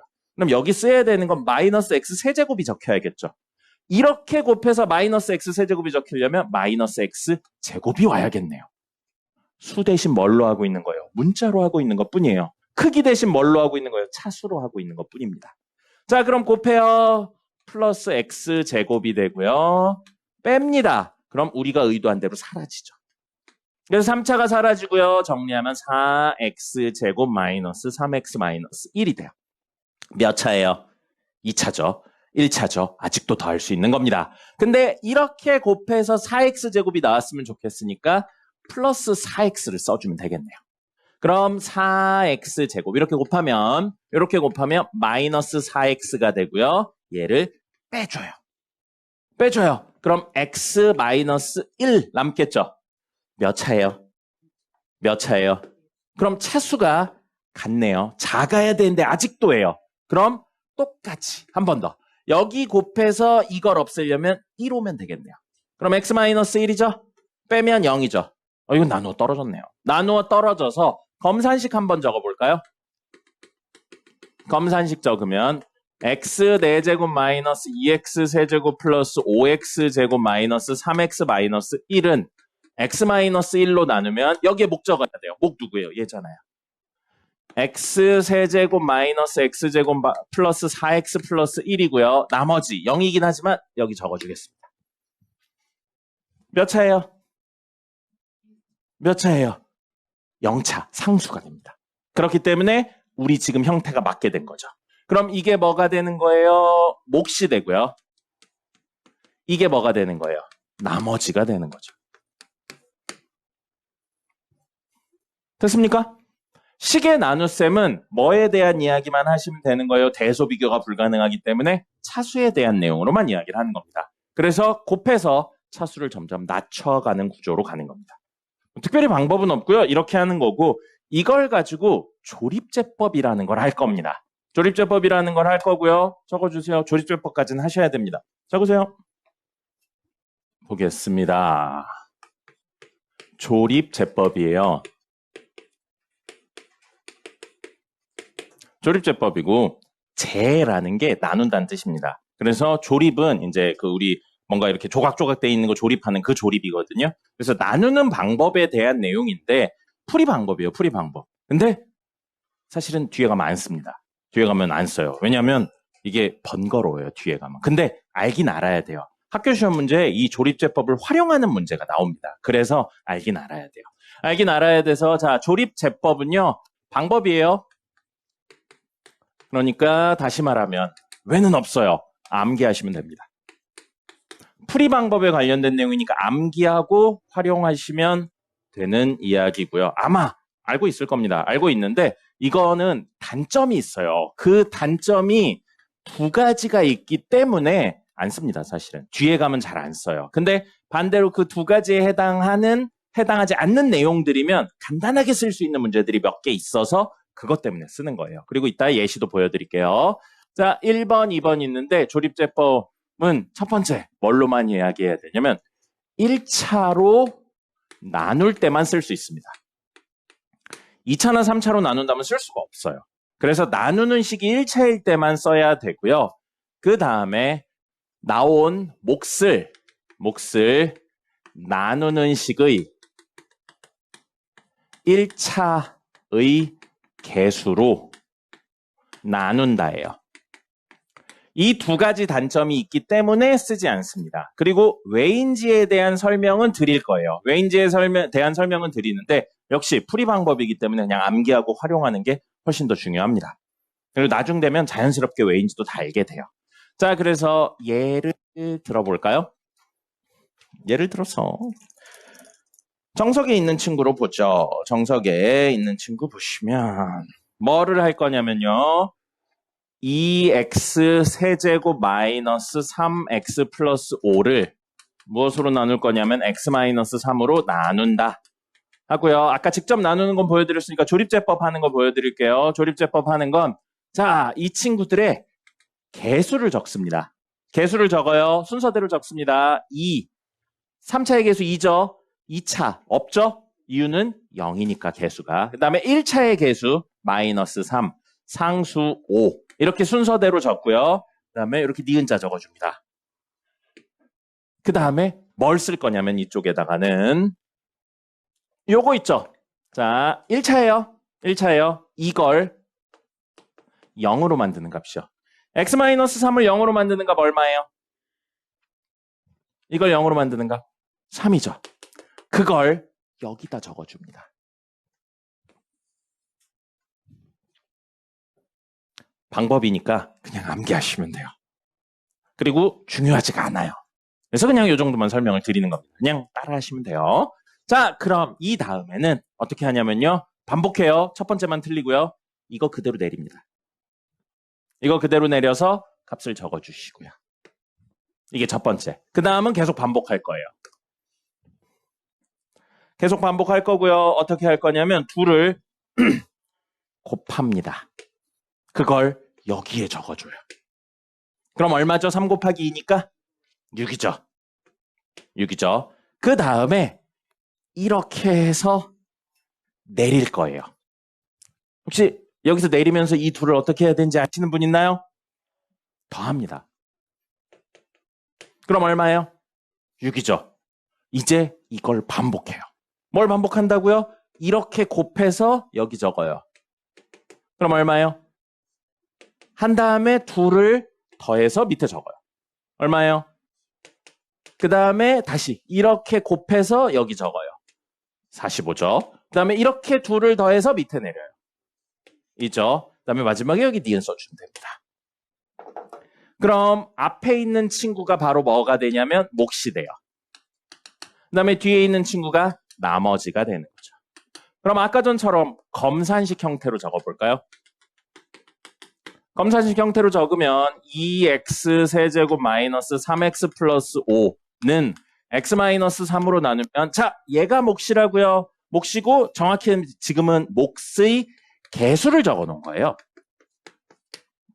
얘가 상수 1차, 2차예요. 근데 뭐 해야 된다고 그랬어요? 몫을 나누는 식의 1차의 개수로 나눈다요. 지금은 1이죠.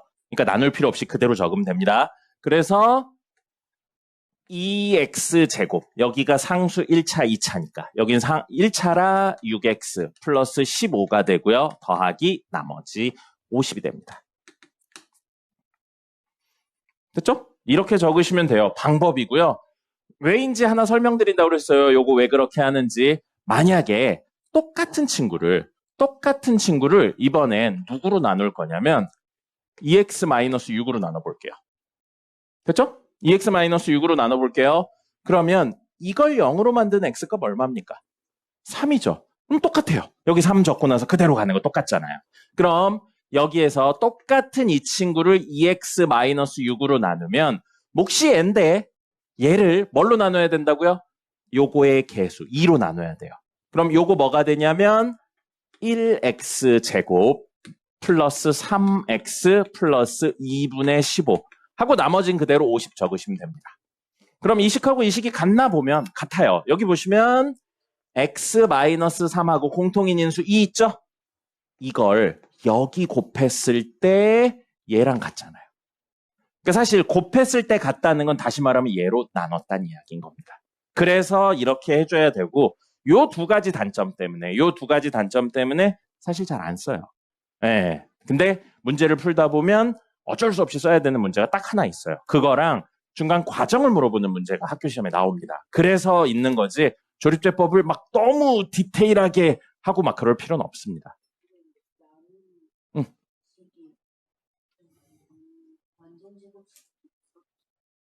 다시 한 번만요.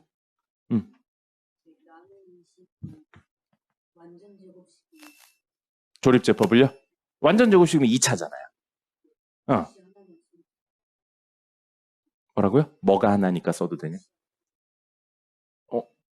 몫이 하나라는 게 무슨 소리죠? 안 돼요. 안 돼요. 그럴 때도 차수가 2차기 때문에 쓸 수 없습니다. 그렇게 하려면 2번 써야 돼요. 네, 2번 써서 이야기를 하는 거고 그게 사실은 조립제법을 연속으로 쓰는 거의 유일한 문제가 됩니다. 네, 그거에 대한 이야기를 해드리도록 할게요. 어쨌든 이건 적으세요. 여기까지 적으셔야 되고요. 조립제법은 기술이에요. 기술. 그러니까 너무 깊게 생각하지 말고 시키는 대로 하시면 됩니다. 그리고 1학년에 1학기 중간고사 시험 끝나고 나면 안 나와요, 사실. 그래서 그때만 빡세게 딱 기억을 하고 이후엔 잊으셔도 크게 상관없습니다. 뒤에 문제를 풀 때 전혀 상관없어요. 나중엔 오히려 그냥 나누기 암산으로 해서 다 할 수 있습니다. 그러니까 너무 이거는 막 디테일하게 할 필요 없고 그냥 이런 방법을 쓰는구나 정도로만 아시면 됩니다.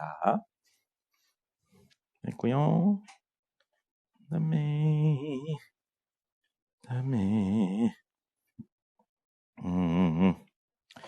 문제 하나만 해보고 말까요? 뭐냐면 이 조립제법을 쓰는 형태의 문제거든요. 조립제법을 쓰는 문제인데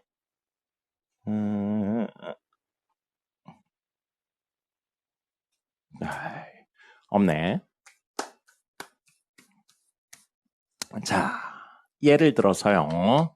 이런 친구가 나와요. 이런 친구가 나오는데 x-1의 4제곱 더하기 2x-1의 세제곱 더하기 3x-1의 제곱 더하기 5x-1 더하기 빼기 1 뭐 이런 식으로 되어 있는 친구가 있어요. 그럼 이렇게 같은 거듭 제곱을 연속으로 쓰고 있는 친구들이 있거든요. 요런 친구들은 얘를 만약에 전개를 해서 정리했더니 ax 4제곱, bx 세제곱, cx 제곱 반대로 했다. 미안해요. 반대로 했다. 미쳤나봐. x 4제곱 더하기 3x 세제곱 마이너스 2x 제곱 더하기 x 마이너스 5 만약에 이런 식으로 되어 있어요. 근데 여기가 미지수인 겁니다. 미안해요. 헷갈렸네요. 여기가 순서대로 뭐라고 되어 있냐면 A, B, C, D, E 이렇게 되어 있고 A, B, C, D를 구하세요가 문제가 돼요. 그러면 사실은 이런 이유 때문이거든요. 근데 이유는 거의 안 물어봐요. 이유까지 디테일하게 물어보면 너무 어려운 문제가 되고 지금은 할 필요 없는데 한 번만 보여드릴게요. 여기까지 있죠. 여기까지. 이 친구들은 공통으로 뭘 가지고 있냐면 x-1을 가지고 있어요. 그래서 x-1로 묶는다고 생각을 하면 a, x-1의 세제곱, b, x-1의 제곱, c, x-1, 그 다음에 더하기 d 하고 밖에 2가 있는 겁니다. 맞나요? 그럼 이식하고 이식은 같은 식이에요. 자, 근데 뭐처럼 보이냐면 이 친구를 x-1로 나눴을 때 목과 나머지처럼 보입니다. 맞나요? 그래서 얘를 뭘 해야 되냐면 1, 3, 마이너스 2, 1, 마이너스 5를 1로 조립제법을 하는 거예요. 그럼 한 것처럼 그대로 하면 1 되죠. 그 다음에 이렇게 하면 1이니까 4, 이렇게 하면 4니까 2, 그러면 여기 2니까 3, 여기 3 하면 마이너스 2. 그럼 요게 나머지죠? 요게 나머지, 요게 3차, 2차, 1차 상수. 그럼 요 친구가 사실은 이 안에 있는 친구를 표현하고 있는 거죠. 몫이고 이게 나머지니까. 됐죠? 근데 안에 있는 친구가 다시 한번 얘 빼고 여기 친구 x-를 공통인수로 가지죠. 그럼 x-로 또 묶을 수 있어요. 그럼 묶고 나면 나머지와 목 형태로 될 겁니다. 그럼 다시 한 번 더 x-로 나누는 거예요. 그래서 조립제법을 한 번 더 써요. 1 하면 그대로 1, 5, 그 다음 얼마니? 7, 그 다음에 7 하니까 10 하면 이 10이 나머지 D가 되는 거예요. 그 다음에 똑같이 한 번 더 공통인 인수를 묶으면 1, 그 다음에 6, 13. 그래서 이게 나머지. 그 다음에 이렇게 하면 1 하면 1, 그 다음에 1 하니까 7 하면 나머지. 그럼 여기가 순서대로 이 친구부터 여기 제일 앞에 있는 이게 A, B, C, D, E가 되는 겁니다. 이 연속으로 거듭 제곱을 하는 이 친구가 거의 유일하게 조립제법을 활용해야지만 빨리 풀 수 있는 문제예요. 나머지는 사실은 그냥 암산으로 하는 게 훨씬 편합니다. 그래서 이렇게 이야기를 할 수 있는 유일한 문제고요. 요거에 대한 디테일한 이야기는 나중에 우리 나머지 정리 이야기 들어갔을 때 한 번 더 해드리도록 하겠습니다. 어쨌든 조립제법은 방법이에요. 암기하셔야 됩니다. 왜 필요 없어요, 사실상. 그냥 암기하고 활용하시면 됩니다. 됐죠? 쉬었다가 10분 쉬었다가 마지막으로 곱셈 공식 이야기 좀 하고 퀴즈 보고 문제 푸는 시간을 좀 가져보도록 하죠. 쉬세요. 정석 보겠습니다. 정석 22페이지입니다.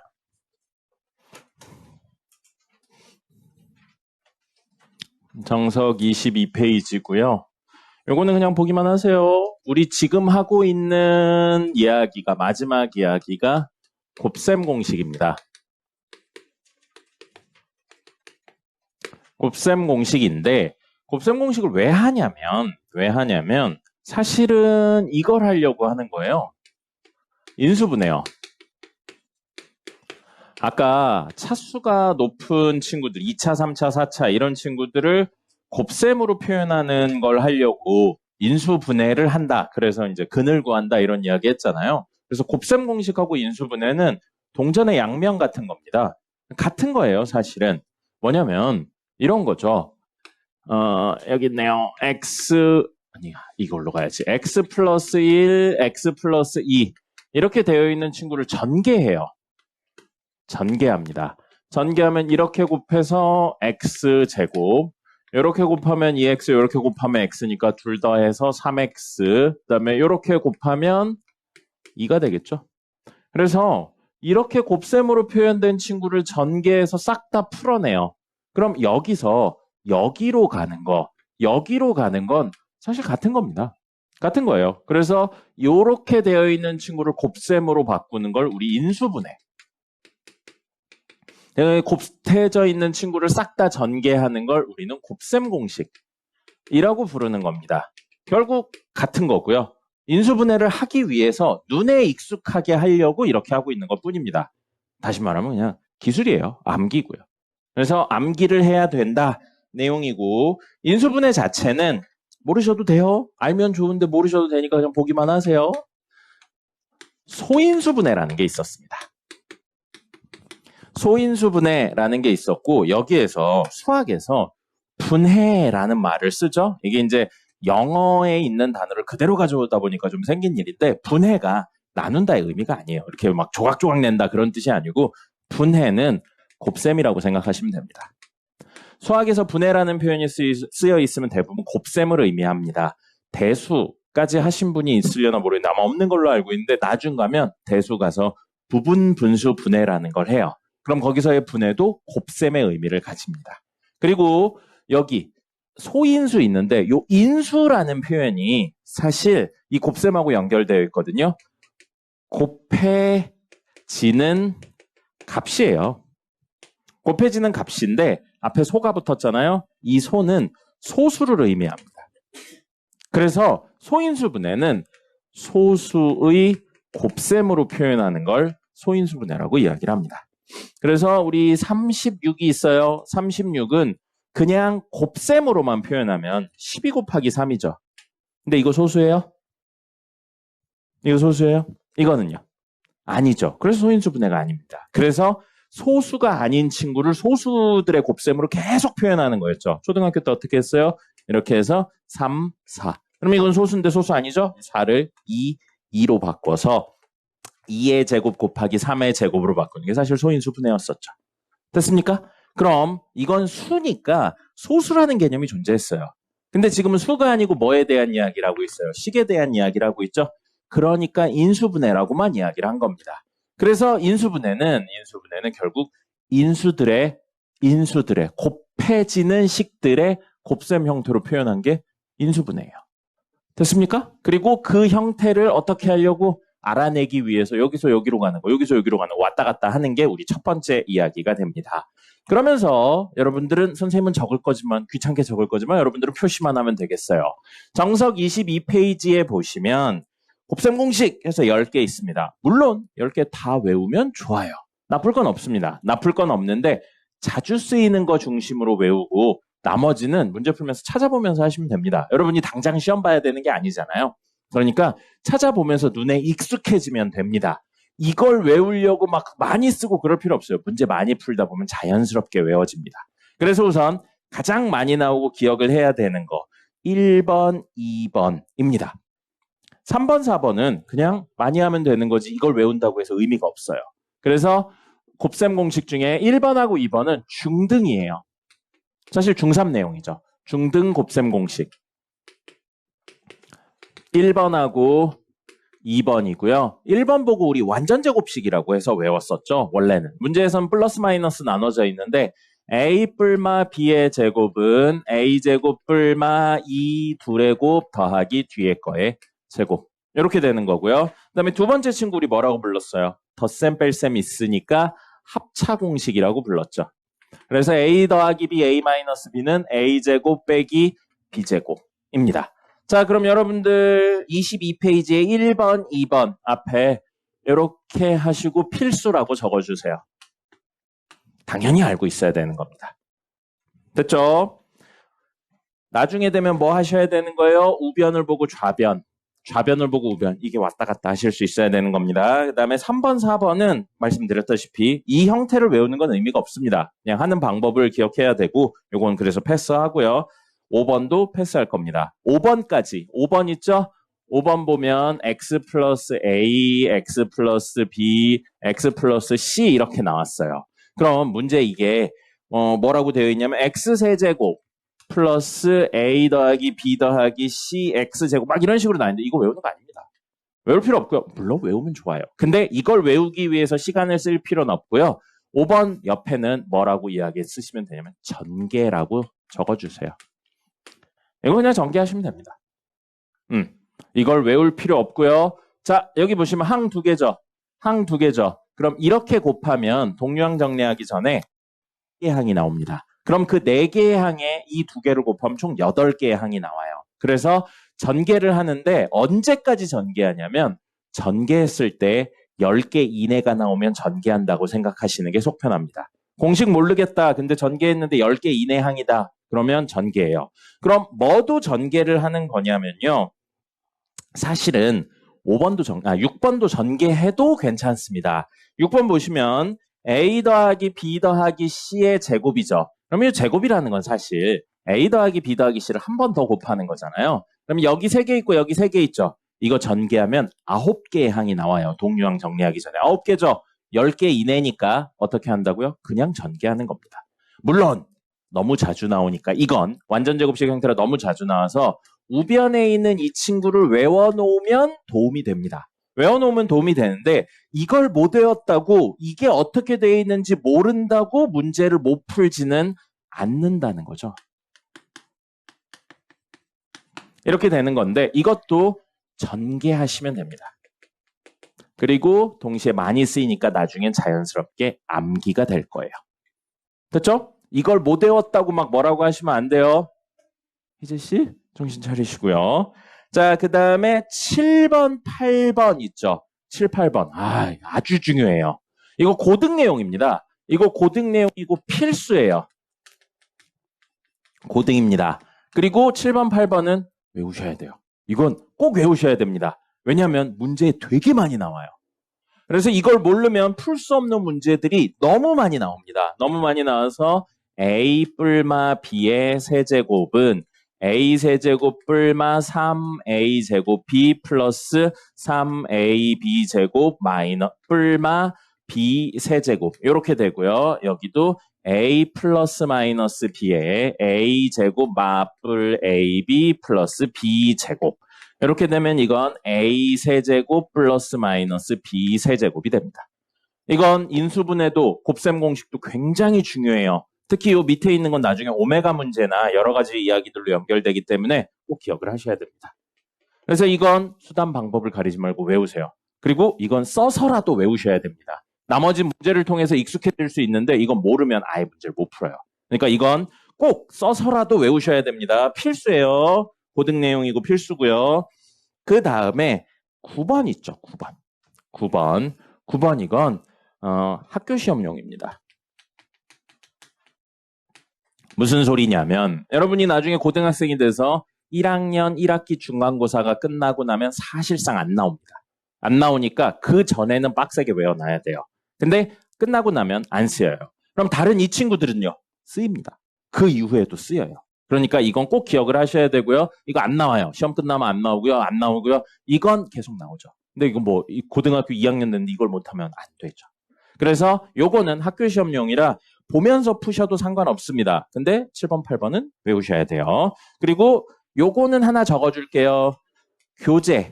우리 정석 옆에다가 이거는 좀 적겠습니다. a제곱 플러스 b제곱 플러스 c제곱 빼기 ab 빼기 bc 빼기 ca는 a세제곱 b세제곱 c세제곱 빼기 3abc 이거죠.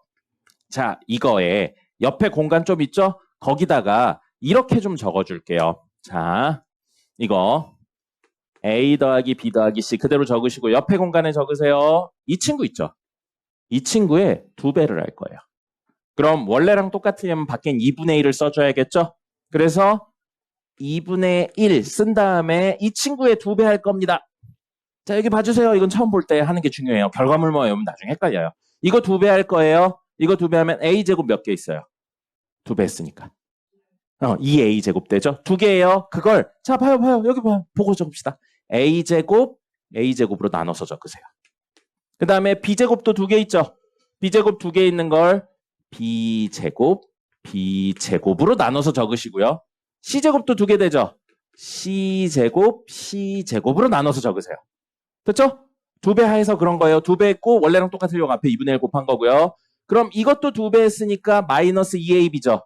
그게 마이너스 2ab 여기 적어줄 거고요. 이것도 2배 하면 마이너스 2bc예요. 여기 적을 거고요. 이것도 2배 하면 마이너스 2ca예요. 여기 적을 거예요. 그럼 이 식의 2배를 하고 2분의 1을 곱해서 얘가 됐어요. 근데 얘는 일부러 이렇게 만들어놨어요. 이거 어디서 많이 본 거 아니에요? 얘죠.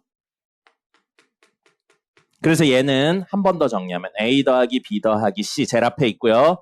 2분의 1 앞으로 뽑고요. 뒤에가 뭐가 되냐면 중괄호로 해야 되네. 자, a-b의 제곱 이 친구가.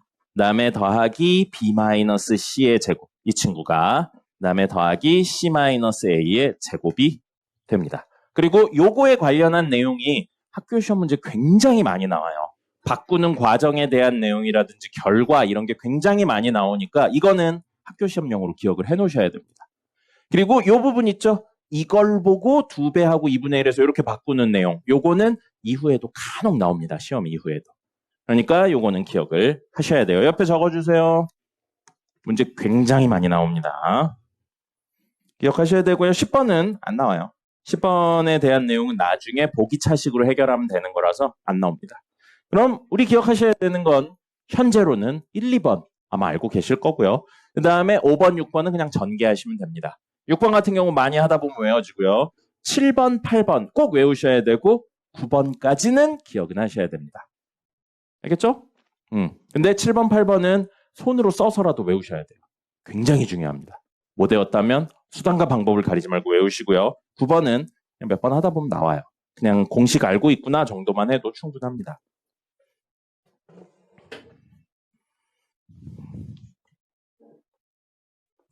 됐죠? 끝. 선생님 오늘 진도 다 나갔어요. 자, 오늘 시간 여유가 있으니까 마지막으로 물어볼까요? 오늘 수업한 내용 중에 혹시 궁금한 거 있습니까? 혹은 이해가 잘 안 되는 거나? 조립제법은 기술이에요. 그냥 그대로 따라 하시면 됩니다. 조립제법은 말로 설명을, 식으로, 글자로 써서 보여드리기가 조금 애매해요. 그러니까 영상 다시 한번 보시면 어떤 방법으로 하는지 나와 있으니까 그대로 하시면 되겠습니다. 다른 것도 있나요? 없군요. 그러면 퀴즈 보겠습니다. 오늘 퀴즈는 중3 내용이에요. 중3 내용이고 인수분해에 관련된 내용입니다. 인수분해에 관련된 내용이라 할 수 있는 만큼 하시면 되겠어요. 책상 위에 있는 거 집어넣으시고요. 시험 보겠습니다.